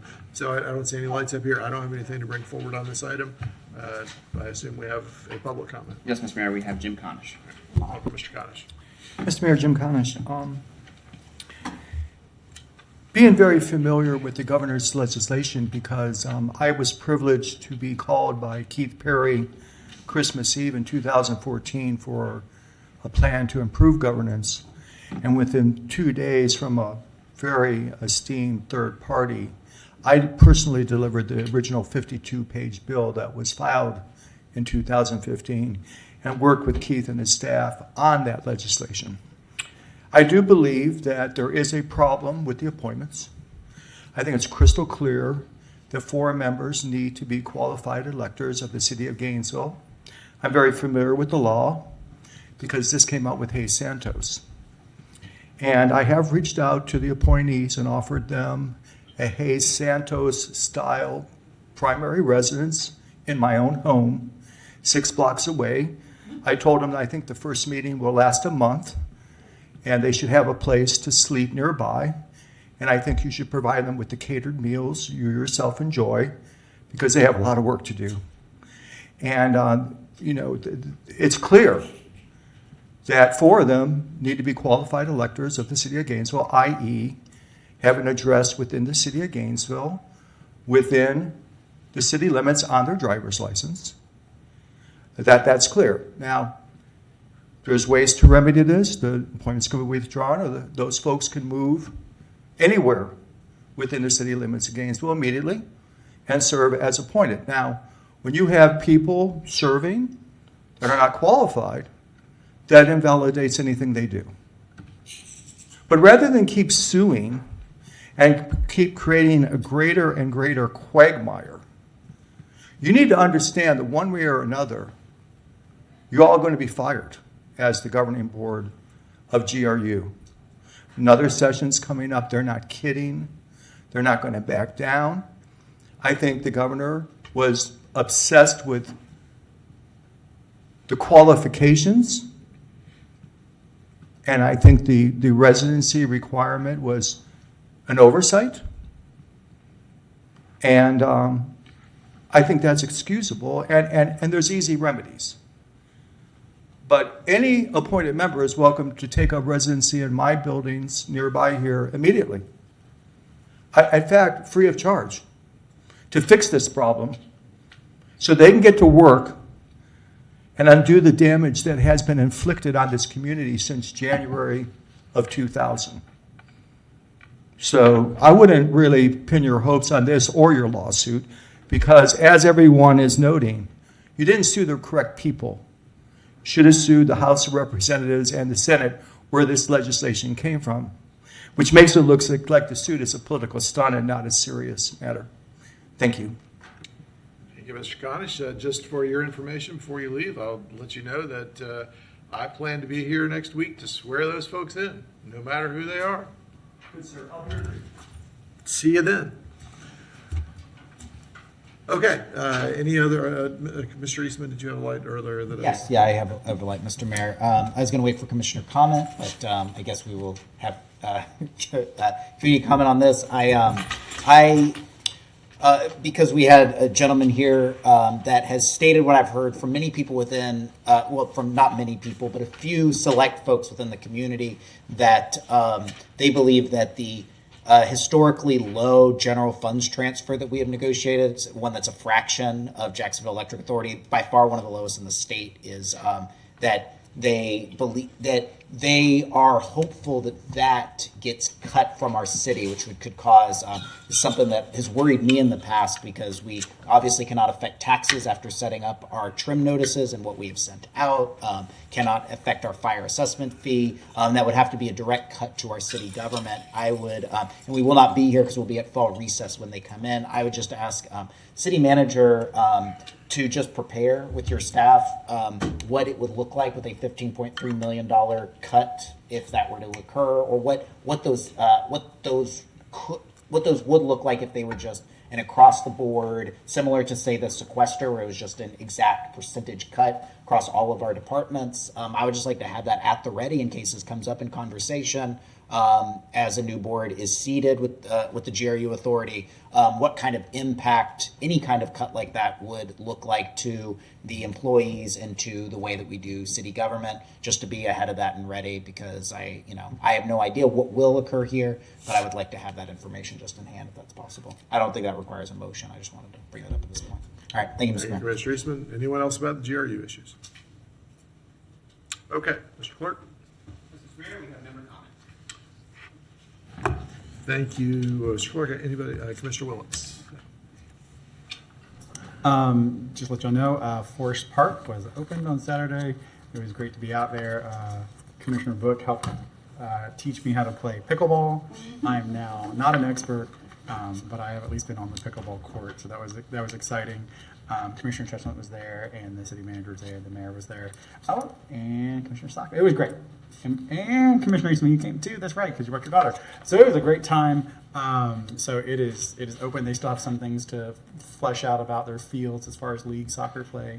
But it's exciting, and there were already people stopping by the park who had learned it was going to be there and bringing their dogs even after the main event. So it is open. I welcome y'all to come out to Southwest Gainesville and experience Forest Park, and there's shade and water fountains, and it really is really great. Big use of our raw spaces, public places, dollars. And I personally want to thank everyone who was on the commission in the past that prioritized that, because it really, it's really great that we put that money into Southwest Gainesville. Thank y'all. Thank you, Commissioner. Commissioner Duncan Walker. Thank you, Mr. Mayor. I actually have a few things. I want to start out by saying thank you. There are some very noticeable changes that are occurring along Northeast 8th Avenue. And I believe they are as a result of the plan that I asked to be put in place for those sidewalk improvements. So thank you very much, Ms. Curry. I see it. It's being noticed. The community is noticing it. If you don't mind, because I know that we had discussed several areas. I'm not sure where the other areas are. I would love it if you would send me where the other areas that will be improved would be, just so that I can have that. But I'm very grateful for that. Thank you. These were pedestrian, not crosswalks, but what do you call them? Ramps. Okay, ramps. There had been members of the community who use wheelchairs and other devices that were having real difficulties traversing those roads. They're older roads, and the sidewalks are older, and a constituent called out and said this has been a problem for quite some time, and it's probably about maybe about a year ago that I asked the city manager to come with me. She brought Public Works and a few other people, and here we are seeing the results, and I'm very, very grateful. Thank you very much for that. I had a very good meeting yesterday at the Hyatt, and I had the chance to hear some good things, but also hear some concerns. And I wanted to share those with you because some of them have to do with our noise ordinance. So the owners of the Hyatt have been experiencing some noise issues where the customers are leaving, they are getting some bad reviews, and the complaint apparently is stemming from one of our businesses that has or provides entertainment that it sounds like is outdoors and gets kind of noisy. And so apparently from the inside of the hotel rooms, you can hear the music, and you hear it 2 and 3 o'clock in the morning. So I got called to see what might be able to be done. Now, Apparently, they made phone calls. They started out quite some time ago making phone calls to the police department, and were told not to call the police department anymore. They filed complaints, if you will, and they said that they're going to send those to us. I did ask for them. Because they are looking for some sort of remedy. Of course, the first question that I asked was, have we reached out to see what we can do as just good neighbors?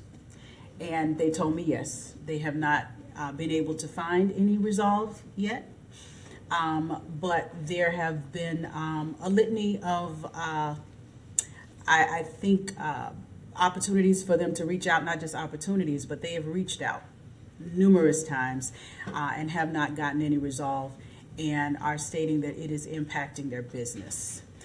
So I think that's something that we need to be mindful of, and that we are going to want to take a look at, because these are the same individuals who we gave the opportunity to develop Lot 10. And they're stating that all of this could have an impact on that. So if those are areas of concern for this commission, I think we need to give this some kind of conversation, allow them to come. Now, they said that they came to one of our conversations recently, and 3 minutes was not enough for them to articulate the breadth of their issues. I think, Mr. Mayor, they also came to a meeting that you had last week. I met with them several times, yeah. So this is just something that they brought to me on yesterday. So I'm certainly looking forward to hearing what you all have to say about that. Certainly looking forward to hearing about, because here's the other thing, you know, the question was asked, if we have ordinances on the book that are not being enforced, what's the point? And I could understand that. I also understand a lot of the challenges that we face. So I think, you know, that bears a need for us to have different conversation here. I did want to say in that same meeting, on a happier note, I was really thrilled to walk through the facility. I had been when it was under construction, but in all honesty and fairness, I had not been since it had been constructed. It is a nice, a very, very nice hotel, but what for me was really, really lovely to see was how a lot of local artists' artwork is on display, and how it pays homage to Gainesville in and of itself was also really beautiful. This Friday, from 7 to 10 is going to be an art exhibition by Ari Uberti. And if you haven't had a chance to go in, some of her work is already up, and it is absolutely awesome. Absolutely awesome. So I'm going to try to make it back down tomorrow to have a chance to meet her firsthand and see the remaining bits of her work. But that is Selva, a solo art exhibition at the Hyatt downtown. I see a lot of lights here. I have a couple of other topics that I wanted to address. Mr. Mayor, I didn't know if you wanted to take comment on that, or how you're going to handle that. Should I continue to go through my topics? Go ahead and go through it. Okay.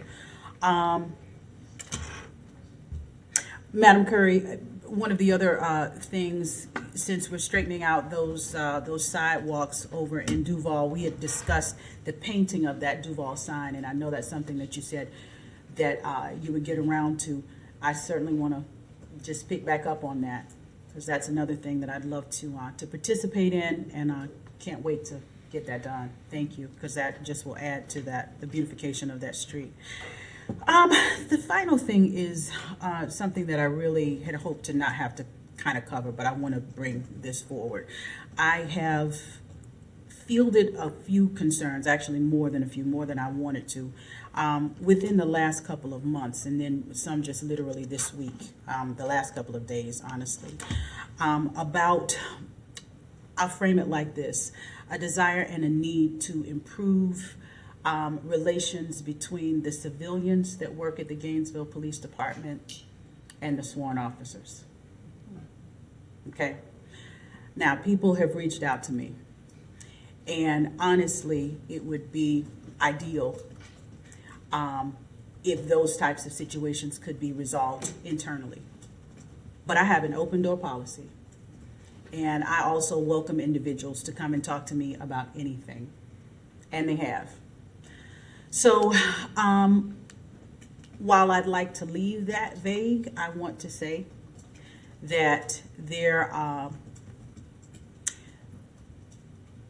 There is a need, I believe. There has been a need articulated by a number of individuals who are not sworn but who are civilians, stating that they're in some uncomfortable situations and they need some relief. So, Madam Curry, I don't know what that means to you, but I know I'm being vague. I'm more than happy to meet with you and go into greater detail.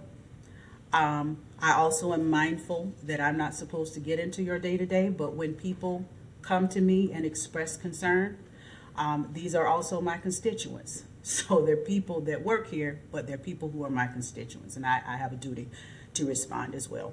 So I want to put that out there and just articulate that some of the words that they're using that are troubling to me are things like retaliation. So I'm going to leave that there for now and just ask that you please look into some things that will not be hard to find. And that will sum up what I have to say for now. Mr. Mayor, I'll respond. Sure, go ahead. I'll hold, but I will respond. Okay, thank you. Commissioner Chestnut. Thank you, Mr. Mayor. I think Commissioner Duncan Walker on the first item, the noise level and meeting with the Hyatt and the owners. I believe all of us have met with them, this week, okay? Okay, all right. Okay, well, I know that they were making phone calls. And as a result of that, I set up a sunshine meeting that's open to everyone because I would like to have a more in-depth conversation on this topic, on the noise level down here, the entertainment district, and the business district. So that is 10 a.m. on October 3rd, next week. Isn't it next week? Yeah. But that's as a result of meeting with Dr. Warren. Thank you. Thank you, Commissioner Chestnut. Commissioner Eastman.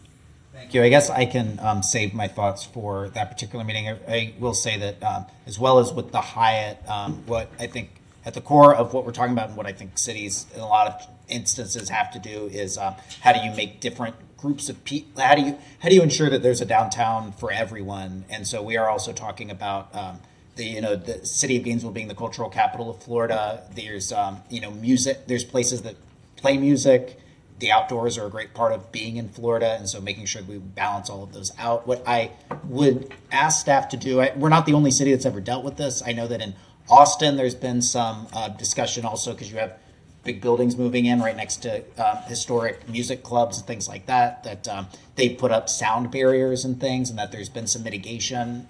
We have funds within the GCRA that may be useful for that sort of thing that would, I think, be ideal for this because it would be ensuring that the downtown can have different user groups. I think it's something that I'd like staff to look into if there's a way to mitigate some of these issues without without hurting any of the businesses. I think that would be a very thoughtful way that we'd be able to use some of our investment funds. On a separate topic, it came out recently that the mayor will be giving a key to the city to Against Me lead singer Laura Jane Grace, which I did not expect to go as viral as it did, but it's been all over the news. It's been people I think have really appreciated the fact that someone that they wouldn't expect to be honored by a city is getting that honor, and especially in a state that they wouldn't expect for that to happen. So I just wanted to circle back around to the idea of because when Miss Grace got that award, she said that this award is great, but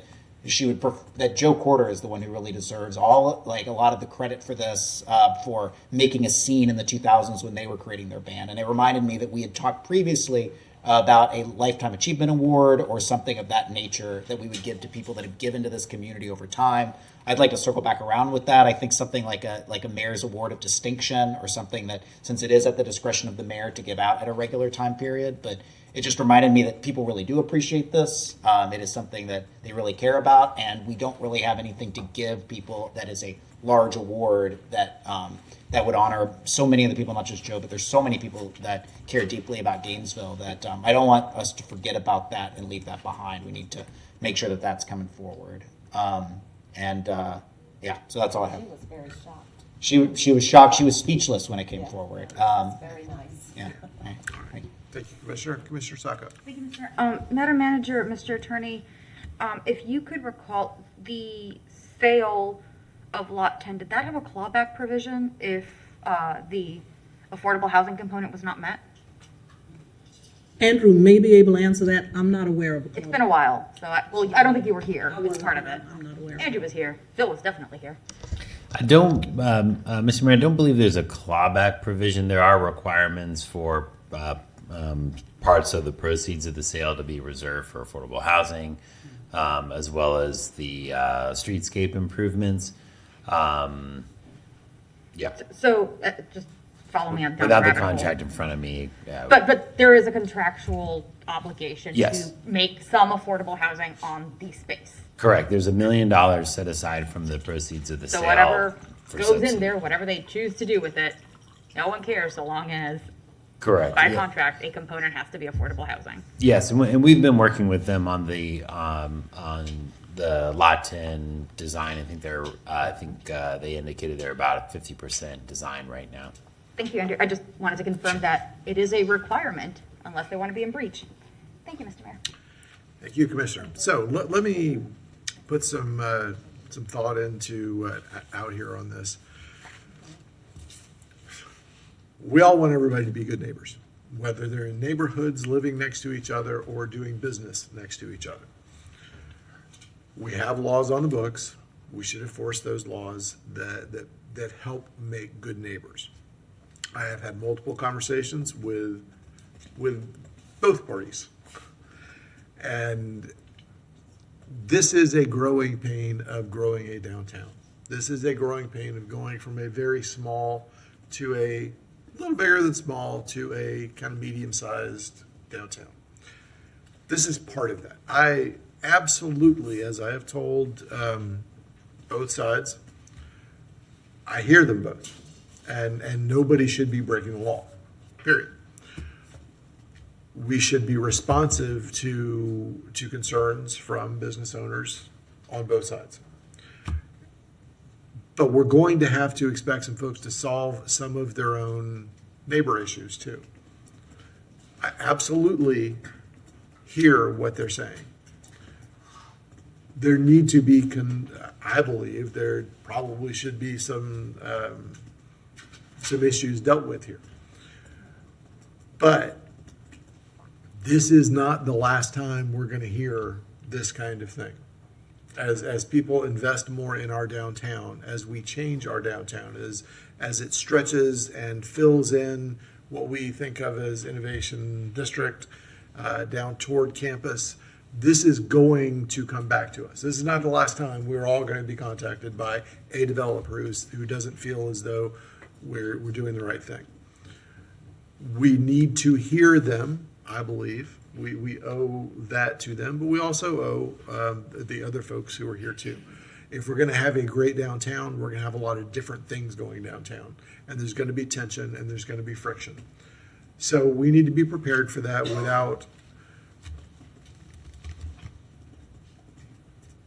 without picking sides. We need to have laws and have rules and make sure that everyone is heard and that we respond in the right way.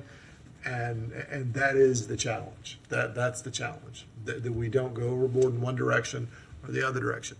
I've talked with both sides. They would both like us to go overboard. And of course I would too. I mean, I get it. That's petitioning your government for redress of grievances. That's what we're here for. So that's our job. But we have laws. We need to make sure those laws are being enforced. And that's also what we're here for. So as we move forward, I think there is just unbelievable opportunity to work with both of these sets of partners to do great things and to create a model downtown that other folks want to come invest in. But we do that by remaining kind of even-handed about how we go about all this. We can't fix everything, but we can absolutely apply the laws that exist and consider new laws as we move forward and consider new ways to approach things. So that's where we are on that. I absolutely, if someone is not being treated fairly, to move to the other issue, we want to be responsive to that as an organization. We have At this point, in general government, probably about 1,200 people working for us. And I want to make sure that everyone is treated with fairness. We have systems for that, and that's what we depend on a manager's office to administer. So that's what I have to say about that. Manager, did you want to weigh in on some of this? Thank you, Mr. Mayor. On a couple of issues, my staff and I have also met with the parties on both sides of the noise issue downtown.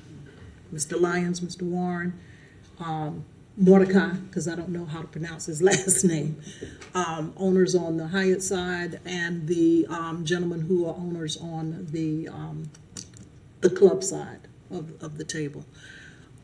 It is not an easy decision to make because you don't want to displace either side, because I think both of them bring something very important to the downtown space.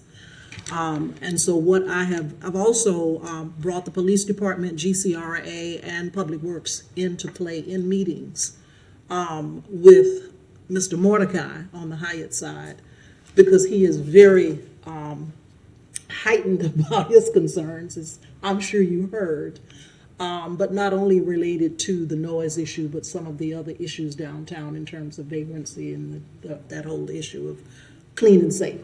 And the concerns are very legitimate. I am doing my best right now working with the GCRE director, Andrew Phil, the police department, to try to see what we can do to address that side of the house, meaning the side that Chief Dixon is also involved, working with our homeless community and the vagrancy and the trash and all of the stuff downtown. It's easier to address, and it's not easy, but it's easier to address that than it is the issue of how do you make a call between these two business interests, because we need them both. But I think with the noise ordinance and with some tweaking to that, we may be able to get some resolution. I don't think it'll be 100% on either side, because it boils down to dollars and cents, quite frankly, with one entity maybe being a little bit more viable in that area than the other one. And so it's a small business versus a bigger business, to be very honest with you. And so we're trying to work through that, but we're not unaware. And we would like to try to figure out if that balance can be reached, whatever it is, but we are aware of it, acutely aware of it. On the issue regarding the sign downtown, we will definitely deal with that. The Duval, the sign at the entrance of Duval, yes, that will take care of that. Regarding the issue with the civilian versus sworn officers in GPD, let me start by saying that, it'll be about 18 months for me, and on the front end of my tenure here at the city, I really did not do what I wanted to do on the front end, and that was to be able to hear the voices of the folk who work for the city. I've had to put it off, and I just really got around to it about 3 months or so ago, where I've been scheduling meetings on a weekly basis, 30-minute blocks. Sometimes they go over with employees, whoever want to meet with me. And of course, GPD is where I started, and I have had some very good meetings and conversations with employees, both sworn and civilian, who work for GPD, and I've gotten some great feedback. I've met with Chief Scott and Assistant Chief Moya to let them know how that is going. It is not a comfortable space for the chief, but he understands that it is something that I have to do. I am at a point where I am taking a pause because I have prepared a memorandum that is in draft as we speak. If Laura Gretz was here, she would say yes. We've drafted that, and that memo will go from me to, of course, Chief Scott and Chief Moya, because it will highlight the themes that I have heard from meeting to meeting that seem to be of high concern, not only to the civilian employees in GPD, but some of the sworn officers as well. I'm not saying that, and there are no names attached to these, because the meetings would not be worth it if, there were names attached. But those concerns are being captured in a document that will be presented to the chief and the assistant chief, and they will be asked to work on a plan to address the concerns as they further investigate and understand that there is legitimacy, I am sure, in many of them. I'm not going to go through them here, but once I release that I will make sure that it's shared with all of the commissioners. As it relates to the issue specifically with the civilian employees versus the sworn officers in GPD, I know that Assistant Chief Moya had a meeting. You're aware of that as well, Commissioner. And he gave them the opportunity to share with him as well. And I'm not asking him to come forward. I don't want you to come forward. But they shared with him specifically about issues that they had. And I know that it was a very highly charged meeting. It wasn't combative, but it was a meeting that was clear that there are issues that need to be addressed. I will work with both Chief Scott and Chief Moya to see if we can boil that down to something that will lower the temperature in that department. But clearly there is a concern that needs to be addressed there. So we hear you loud and clear. I hear you. I have started now to connect with the employees, not only in GPD, but in transportation and parks and wherever else employees are coming to me to express their concerns. There's always two sides to things.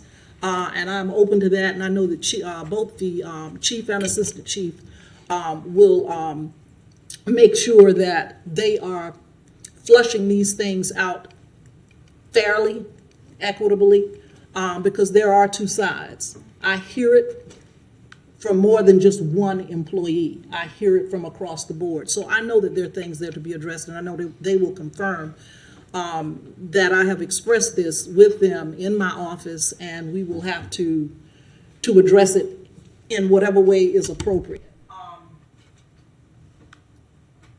It is not something that occurred overnight. This has gone on, I think, just based on the emotions that I hear for years, and so it is a culture piece that has to be addressed. And we will deal with that as best we possibly can with HR involved and any consultants. And I hate to use that, but sometimes you have to bring a third party in to try to flush some issues out, and we may end up there. But I am in the process of putting all of those items that I captured from my meetings in writing to the chief and assistant chief. We will have a meeting with HR, the chief and the assistant chief to address those issues and tackle them as best we possibly can. And I will communicate that to each of you as commissioners. I would choose not to bring those issues to the commission for discussion because I think that at that point we lose something by airing that. And I will do the best that I can as manager to try to address the issues that have been outlined. But they are real. I think some of them are very real. And I'm not just speaking to the issues regarding civilians and sworn officers. I'm just speaking overall in terms of culture at GPD. Thank you, Manager Curry. Thank you for that, and thank you for your recognizing that you and I had that conversation before. And that word is an important word to use and to acknowledge. So thank you for that, and thank you for your work on it. Thank you, Commissioner. Thank you, Madam Manager. On to a little happier news. We got a few other reminders here before we go. We will not have another meeting until October 26th, I don't believe. Is that right? 19th. Yeah, 19th. So we've got a little time between now and then. That's our gift to staff, yes. On the 19th, we're going to try to, we'll have some celebrating to do that evening. We've got a few proclamations that I think will be very pleasant and will be a very good thing. We're going to try not to have a lot of evening business because the Florida Humanities Council has a 50th anniversary celebration over at the Thomas Center. And I would like any of us who are interested to be able to attend that evening. So we'll try to get as much done during the day as we possibly can on the 19th. On the 26th, we have a special meeting specifically to work on the ACE districts. And I would remind everyone that if you have ideas and concerns, things you want to work on with staff, don't wait. Try to get it done early so that staff has lots of opportunity to fix things as you would like to do the input. I do think we're going to get to a really good place with that. I'm excited about that opportunity. Next week, one of the things I'm working on and that I'll be giving a welcome for is the Gainesville Innovation Summit. we forget about this because the startup and venture capital ecosystem, as folks like to refer to it, doesn't really interact with what we do very much. But there is a very healthy startup ecosystem in Gainesville. And a lot of those startups are in the innovation district, and they're doing some really great stuff. There is next Thursday a summit that's being hosted as part of that.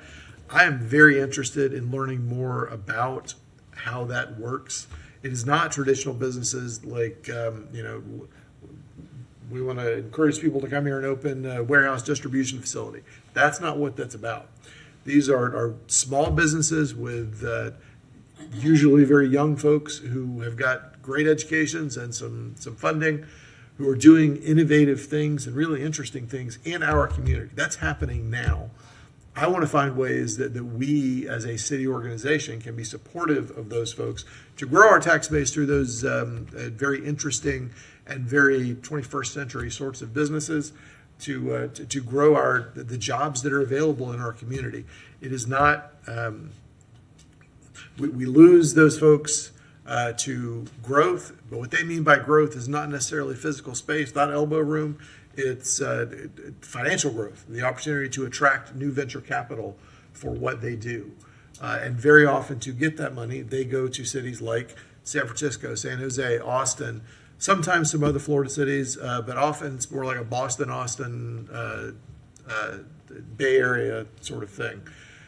I'm very interested in learning how we can keep those folks here, at least through another level of funding, and stop letting other cities recruit them away. It is not about some of the traditional things that used to get businesses to leave. It is specifically about funding. So that is what I'm working on next week. I would encourage you all to have an ear to that as well, because it is just not an interaction that we have here at City Hall with those folks very often. So I'm interested in that. Last night I was able to be at a community meeting for the Gainesville Housing Authority with the opening of their Choice Neighborhood Grant engagement opportunities. Y'all, the opportunities are amazing. I mean, it is really stunning what they're going to be able to do. Whether we win the ultimate implementation grant or not, the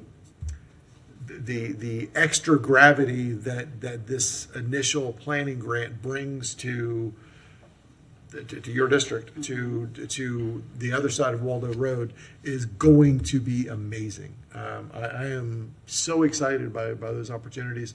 I'm hopeful that sometime in the next couple months we can get that presentation and those folks here to talk to us as a group about what they're working on, how that rolls out. But any opportunity you get to interact and be a part of that, please do, because it's a big deal, and it is going to be a much bigger deal for our community over the next 2 to 5 years. It is very exciting. I don't see any other. Could we invite them to present at one of the GPC meetings? I told them to start thinking about that, and that's definitely something we should have done. I also told them they need to be getting out and talking to churches and every other opportunity in the neighborhoods that are affected. So, okay, seeing no other lights, we are adjourned.